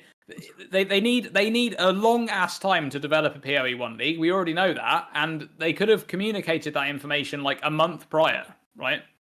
So yeah, I can't really agree with that more. The communication's not been great of late. And I want to just imagine a different reality in which they'd said, okay, in December of last year, they'd said, hey, we're having some real problems with 3.26 of Path of Exile 1. What we've decided to do is contract the scope of it substantially. We are going to have a balance pass. We're going to add a few new scarabs, and we're going to introduce something that's just of the scale of Breach in terms of its complexity. Something that we know GGG could do that when they were 25% the size employees-wise that they are now, and then that Breach was prepared in 2 or 3 months and was released. Do something similar in scope, maybe even a bit smaller, and say, yeah, this is not the 3.26 you're wanting, it's the 3.25.5, but it's going to have a balance pass, it's going to freshen things up, and it's going to be better than us delaying until June because we are behind. If they'd done that, I think people would have been disappointed but not furious. And honestly, Freesia could have been 3.25.5. Could have been 3.26. It would have been fine. People would have been like, okay, this is cool. This is some stuff they've programmed in the past that didn't quite work, but that was sort of cool ideas and almost there. Yeah, I bet the reaction, I mean, it's the whole goodwill conversation I think that some other people have talked about, where GGG, like you said, Gog, they were 10 out of 10 communication, 10 out of 10 development, design for so many years. I see a lot of people in the chat saying, yeah, they've done so well for like 13, 14 years, and now people are bringing up that they're doing so poorly now. Yeah, that's why we're bringing it up, because it's such a stark difference for everyone who's paid so much attention to, you know, every live stream, every forum post, the manifestos they used to write. Like, I started playing in 2019. I went back and read manifestos from Chris and Jonathan written in like 2014, 2015. It used to be so different, and people notice that, right? And they're going to bring it up. They're going to talk about it. Just, Gog, I think that would have been a good approach. And it is. Yeah. You say it was Ultimatum and what was it? Harvest? Dude, it was the streamer queues in Ultimatum, obviously. That was just the thing that pushed it over, you know. I think that came later. Also, that was 3.14 launch, whereas Oh, it was? the Harvest Manifesto was Yeah. like a couple of weeks before. Oh, it was before. Yeah. Oh god. Okay. it was So it was just mayhem. the But domino look, effect. Okay. we've got a lot of players coming from other games who didn't necessarily play Path of Exile 1, and I'm Right. sure to them, Path of Exile, GG, their communication is probably like off the charts good. True. If you look at a game like CS2, that game has a rampant cheating problem, and Valve just, they do not say anything. The game has been out for 18 months. There is a very, very, very obvious problem that is like ruining especially the high top end of the game. They say nothing. And it is like so frustrating. I don't even play it that much anymore. I don't run into cheaters, but it is so annoying that they don't say anything. So we need to acknowledge, like, we have been so spoiled. I wish it True. was better. I wish it was the way it was, but it could be so much worse. It Yeah. could be a million times worse. And I think like a lot of people are probably watching this who didn't play PoE1, watching all these like PoE1 streamers who are like, what are you guys talking about? Like they do like tweets and they do interviews and they're talking to Gazzy and Darth next week. Like, what the hell is wrong with these people? So yeah, we've just I know it's not as good as it was. I miss Bex too, all right? But it could be worse. You're 100% sure. I come from Dota 2 and Guild Wars 2. Oh my Dude, god. Nothing. Oh. Just here's the patch by. See you in like Here's 6 the months. patch by. Yeah. Here's like a random, you know, cryptic tweet. Maybe there's a patch coming. Just joking. It's actually 3 months from now. Gosh, Dota. Oh my god. Yeah. So way better. Yeah. Way better. Okay. My goodness gracious, guys. It has been about 2 hours. Was there anything else in the patch that we did not talk about that you guys wanted to discuss before that big release on April 4th?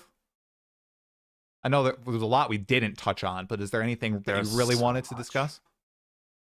Yeah, there's just a lot of stuff. I'm overwhelmed. Okay, I'm not gonna Yeah. lie. We could chat for like 8 hours and we probably still wouldn't finish it all.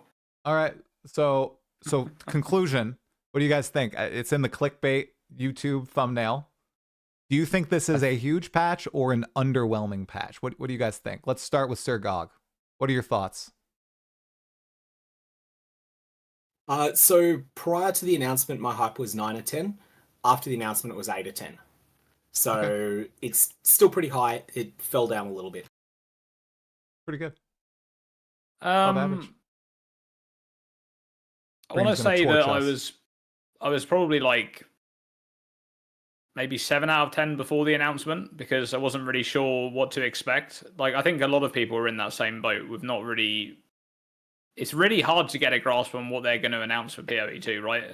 Especially after 4 months. Like, you can expect so much and you just don't know if you're in the right ballpark or whatever. But I would say that I'm excited for this patch, but not for the same things that I thought I was going to be excited about, because a lot of those things kind of didn't happen. And then there's a bunch of stuff that did happen that I wasn't expecting. So, but I'll temper my expectations until the patch notes.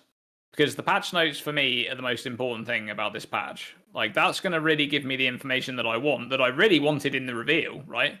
I just want to know where they stand on the current balance in PoE2. What do they actually think about it? And obviously they're not going to say that in words, but they're going to give that in the numbers in the patch. So then we'll hopefully know exactly what they think. So yeah, I mean, either way, right? I'm hyped to log in. There's new stuff to play. There's lots of content to find in the end game. So I'm excited to play the game again for sure, because I haven't played it for quite a long time at this point. So That's perfectly Yeah. reasonable. That's a good one. That's a good one. All right, Lolcohol. Where's the 10 out of Yeah. 10s? Come on. Just kidding. Probably. I'll say I was weirdly more excited after the reveal than I was before it. So Oh, that's awesome. I don't know if I'm just like a glazing GG shill nerd, whatever. I don't know. I see there's so much stuff, man. And I've been playing PoE to pretty much this whole time. It took a couple of weeks to play Freesia, but like there's so much stuff to play with.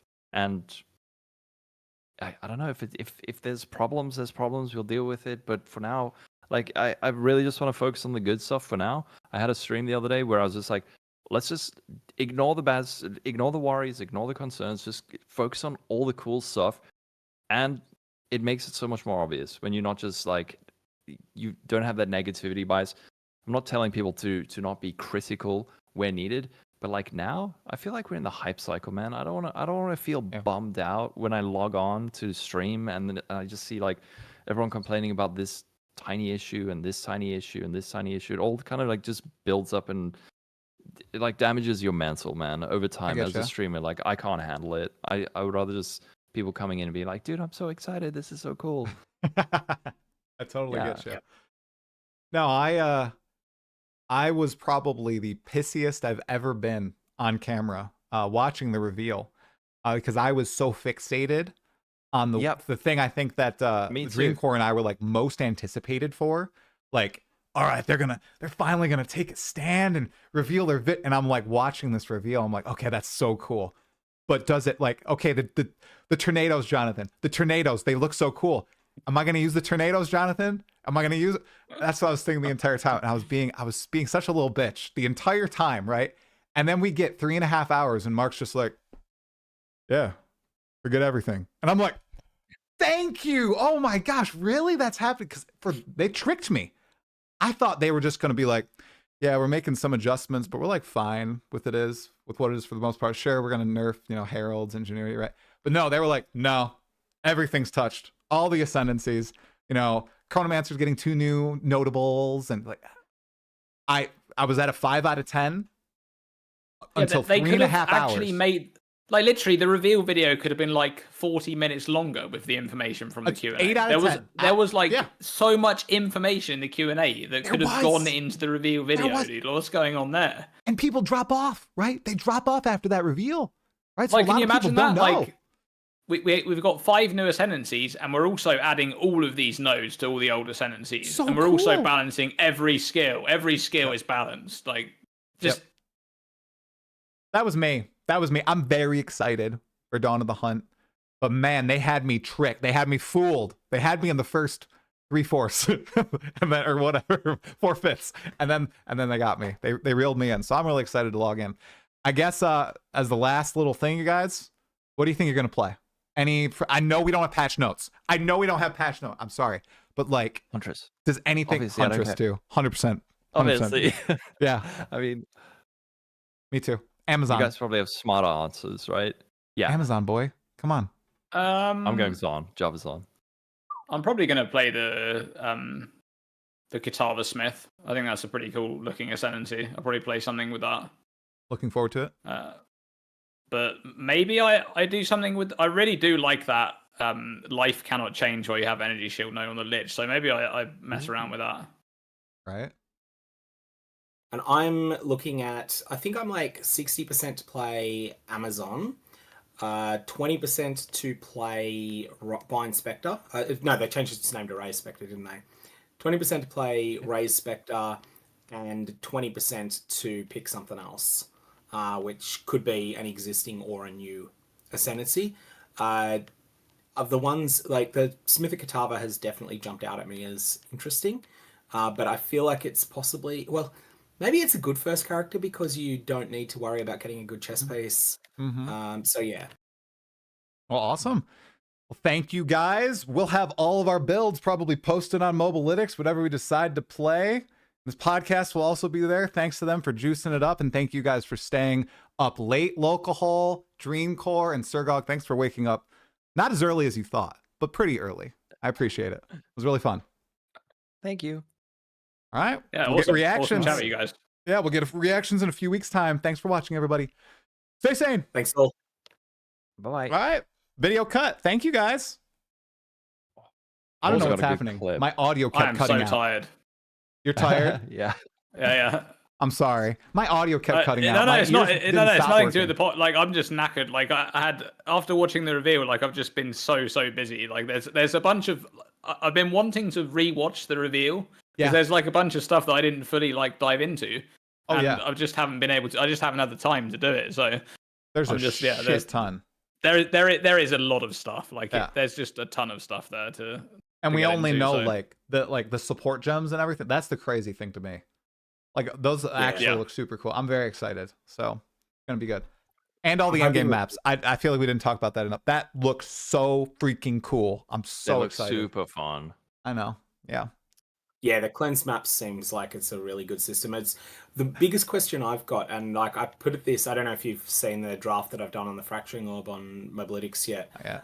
But think one of the biggest questions is going to be, will the cleansed areas still have the potential to have +1 area level that corrupted zones can have? Oh. Because that's going to be a huge opportunity cost to chasing fracturing orbs if it's not there. That's a good point. Really good point. By the way, did you guys see chat? All you guys were against me. I was right. 100% chance to get a fracturing orb from the boss of the cleansed whatever pinnacle, the middle section. Yeah, it's 100% chance. He said it. At least he said that. So maybe That's cool. We know. My recollection. Deterministic. That's great. I can't believe that. That's you do have to remember that fracturing orbs in PoE2 are kind of a different beast entirely. Yeah, they're weaker because they're a lot weaker. Yeah, because you just don't have all of the things that go with it, and I think it's going to be. They're kind of a lot more fun to. I think they're going to be a lot more fun to interact with in PoE2 as well compared to PoE1. Because in PoE1, it's like you just always know, like, this is the one mod that I want to fracture. You basically do that until you get it, and then you know the exact crafting steps to get there. In PoE2, it's going to be a case of once you actually have that mod fractured, you're going to be, spending time with chaos orbs and things like that to try and get something good. And it's going to feel so good when you actually are able to get like a 4 or 5 mod item doing that exact process there. So fractures are a huge investment in PoE1. I don't think they're going to be as huge an investment in 2. I think they're going to sort of settle, assuming that it is 1 per corrupted zone, 1 corrupted biome. I think you're going to be looking at something like, I don't know, 0.3, 0.5 divines per fracturing orb, which means like 1.2 to 2 divines per successful fracture. Ooh. Plus 4 that's times a big question. of the mod. one of my favorite moments in PoE1, hitting a T1 physical fracture. It was crazy. Nice. So much Yeah, fun. you need that. Those are the best kinds of crafting system. It's just the risk reward, and when you hit it, it feels so good. I think like part of the reason I stopped doing a lot of crafting videos on my channel was the introduction of Eldritch crafting, because it's really good, and I think it's really good for the game, but I think it's almost overly deterministic, because you can go fractured mod, essence, X number of times until you get 3 or 4 good mods, then you can like slam it and annul a suffix with the Eldritch currency, and then just pop on a couple of implicits. It's really strong, but it is so boring.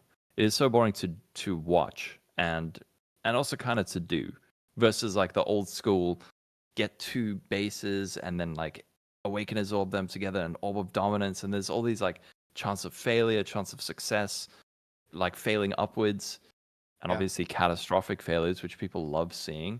So I think they're kind of going that route where it's like fracturing orbs fit into that, recombinators fit into that. You can fail and it feels so much better when you win. There's some really weird stuff. Like, I think the Orb of Dominance, I wish it was slightly better in PoE1 at the moment. There are some use cases for it. There are some situations where it's best in slot, but I feel like Eldritch stuff tends to be best in slot for rares most of the time. Almost always. And it's so easy compared to it. Yeah. It's a really clever design, though, the way that like Orb of Conflict doesn't need to be all that rare, because on average you need like 7 to 10 of them to get, I think it's 7 on average to get a single perfect mod and 10 to get a double exquisite configuration. I could be wrong on that, but that's my recollection from when I did the all of the Markov I literally did Markov chains on that. I feel like such a casual. I have used Orb of Dominance twice. Jesus. Really? Yes. Oh god. I literally clear most leagues with ground loot. I'm not shitting you guys. Like, I am biggest caveman out there. I swear. The stuff I buy is like a Star Forge. Like, I never buy rare items unless I'm starting Yeah. end game and I Can I need give you one res. piece of advice here, Try? What? And that is pick one of these advanced mechanics, one of these advanced mechanics for crafting, and put a lot of effort into learning it. But only do one of them each. Only do one of them each league. That's what I've been doing with characters because I've never repeated a skill. Like, I always just try to learn as much as possible about a different skill archetype every PV1 league, and I've been playing since Blight. So I did have to retreat to a Bone Shatter one time, okay, but I had a different character before then. Just ass. Wanted to get my 40 challenges. I've still got 5 challenges left in. Oh, you got to Settlers, get and that, dude. You got to get that Oh, portal. really? I just got those like I didn't even try to do the challenges on it because I just played so much. I think I've got like 38 or something like that. I have literally been sitting on like for the next one is endgame grinds, right? And I have 3 or 4 done, and I'm at 47 of 50 on tier 17 maps. And I've just been sitting there for ages because I haven't been running 17s. I've just been doing other stuff, and then playing in private leagues, playing and stuff like that. So I could fix that by logging into classic settlers on either of my powerful characters there, and I can do pretty much any 17 I want. One of my characters can't do Katarina, but that's neither here nor there. I can easily get that done.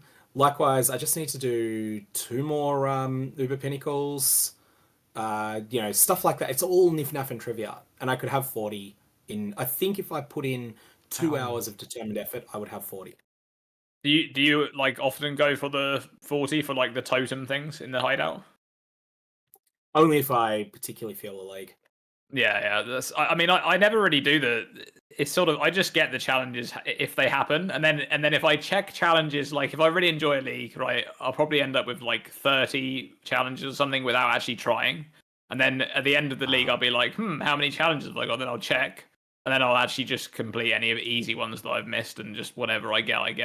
Like with the settlers, there was the not trivial low that like there's a few that take a little bit of messing around and doing something deliberate, like spawning a Beyond boss in a Harvest Grove or something like that. Exactly. Yeah. So this league, I think I want to say I had like 35, and I was like, okay, I'm just going to get the portal effect. So that's impressive. I just got it. My approach is do the grindy ones first, and once the grinds are done, then go back and the rest you can fall apart.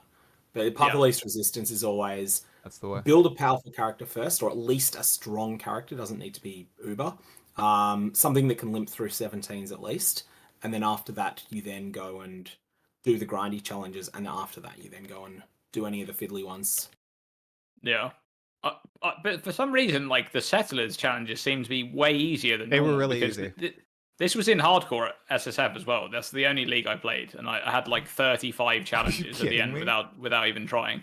That's impressive. Yeah. Whoa, I have 30, and I didn't even. I don't give a shit about challenges. The portal. That's what I mean. Same. I never tried to get challenges. I just play, right? But usually, even if I like a league, I'm mostly around like 25 out of 40 at the end of a league, even if I've played a lot. But for some reason in settlers, I was like 34 or 35. And then when I actually looked through the challenges, I was like, these are like really easy compared to normal. Like they were way easier, like just very straightforward. So I don't know if that was deliberate from them or whether it just ended up like that. But anyway, I'm gonna head off, guys. I'm super tired. Yeah. Thank you guys so much. Also... I'm gonna post the VOD tonight, so I appreciate it. Awesome, brilliant. All right, all right. Nice to talk to you guys. YouTube, isn't it? Because you were streaming to YouTube as well, right? I double up, dude. It actually works really well. So there were almost 1,000 people on YouTube. It was really the YouTube stream should be there as a VOD already.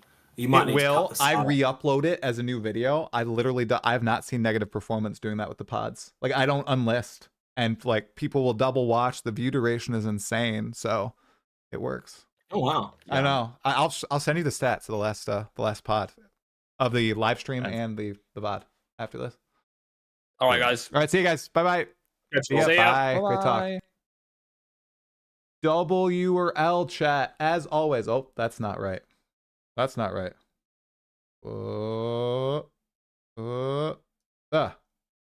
Good night, good night, good night. Oh, I gotta stand up. Oh my god. Oh. Oh. My Katava hat on. All right, guys, was I too doomy? I was trying not to be too doomy. Come on, guys. I think everybody was nice.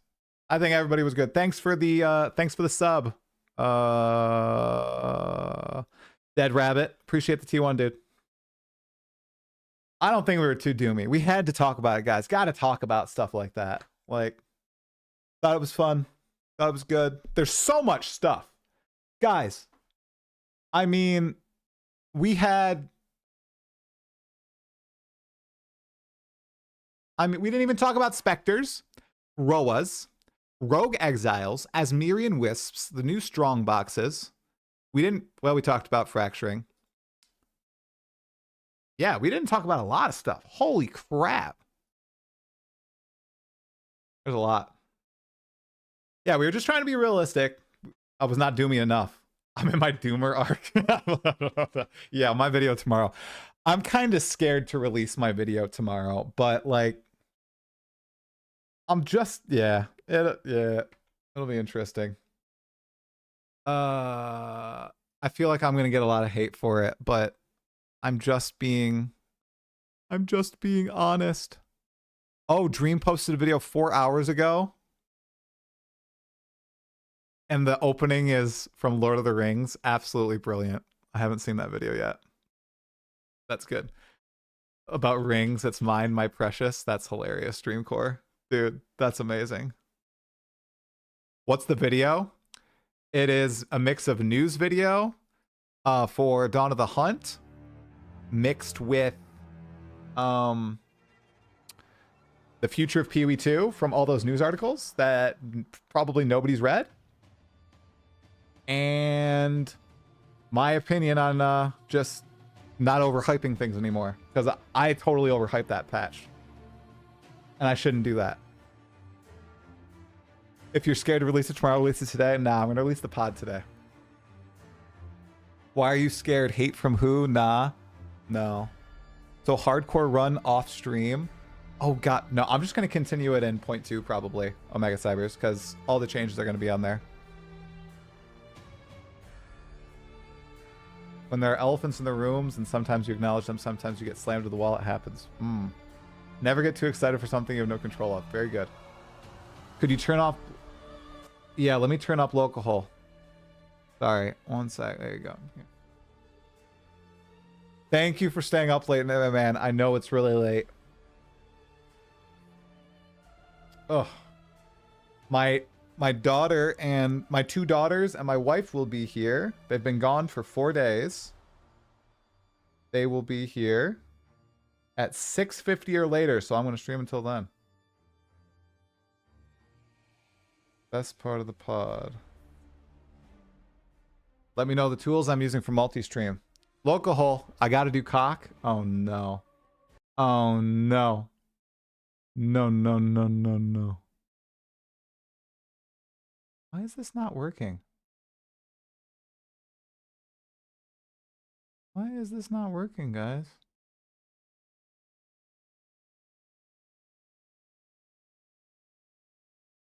That's not working either. There. Okay. That. No, not 7TV. Let's see. We need the not doomy try. I'm not that doomy. I'm very excited for the patch. I just don't want to tell people, oh yeah, the Drew is totally coming out, because they said it's literally finished. They're looking at, you know, Jung's builds and seeing, oh my god, yeah, I gotta do cock, right? I gotta do like... Oh, I was looking at the camera. You cut it there? Oh my god. You ass. You need to allow me to... I don't even... Okay. Okay. All right. That's funny. All right. I use Streamlabs Lolcohol for multi-streaming. I bought an Ultra subscription for a year. Next Frosty video. No, I don't think so. I don't think so. I don't think it's gonna go that deep. Let's see. Anything going on? Let's see. Anything happening? Let's see. No news. No teasers. I don't see any teasers. Oh no. Somebody posted something about I gotta do cock. What is this? What? Danbo talks already. What? How do you already do this? Oh my god. Did I see the interview with Jonathan on YouTube? You had Streamlabs up until 6 months ago. Oh yeah, I'm using Streamlabs. It works pretty well. I've only had an issue once, and it was my bad. So I did see the interview with Jonathan with Destin. Yep, I did. Yep. Anything else new? Let's see. I don't see anything.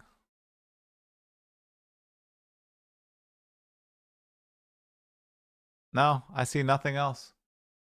Patch notes win, guys. When do you guys think we're going to get them? I think we're going to get them 2 days from now. I think 2 days from now is pretty fair.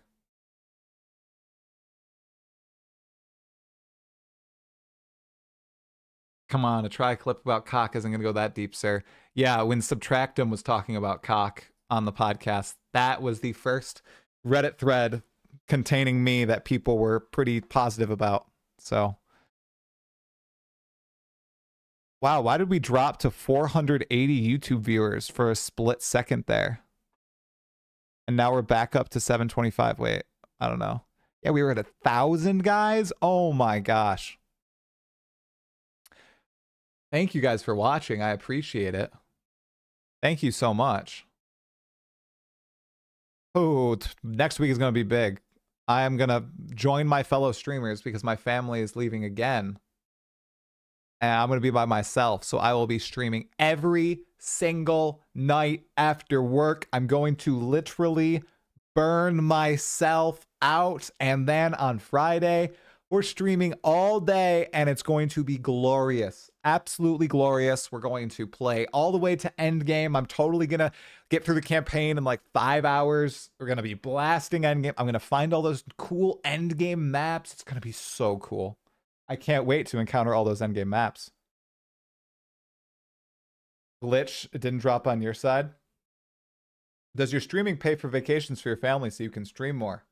I save most of my money, guys. I am very conservative. I know people probably wouldn't expect that about me, but I am extremely conservative.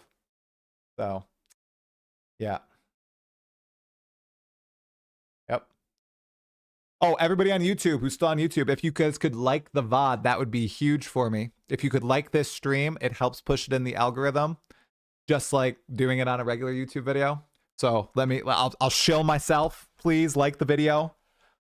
Like and subscribe. Like and subscribe. I'm a hoarder? No, I'm not a hoarder at all. You guys see my bed? Dude, my house is this clean. I have a very clean house. I make sure that my house is exquisite, right? My family's been gone. My house is pristine. Nothing is dirty in my house. And then try will be hard when PoE 2 hard blocks him from progress for 10 hours. It's going to be glorious. Guys, I want to be hammered by PoE 2. I want it to be tough. I don't want it to just roll over. Like I want it to be difficult. I would love that. So what am I getting clipped on now? What are you talking about? I am sad there's no Act 4. Yeah, 100%. I'm sad there's no Act 4 in Druid. They just focused on different things. No, swords are not coming this patch. No, it's spears and bucklers. Spears and bucklers. I meant hoarding your money. It's a good thing. Oh, yes. Well, I'm being smart with the money. I'm not just hoarding it. Want to clean your house? No. No. I like my house being clean. Remember, Asmongold video of saying I can't be a PoE 2 player or PoE player because I have a clean house? I want to be hammered. Be hammered. It's not that deep. I want to be hammered. Is that a term? Is that a sexual term? Okay, well, I didn't know. Oops.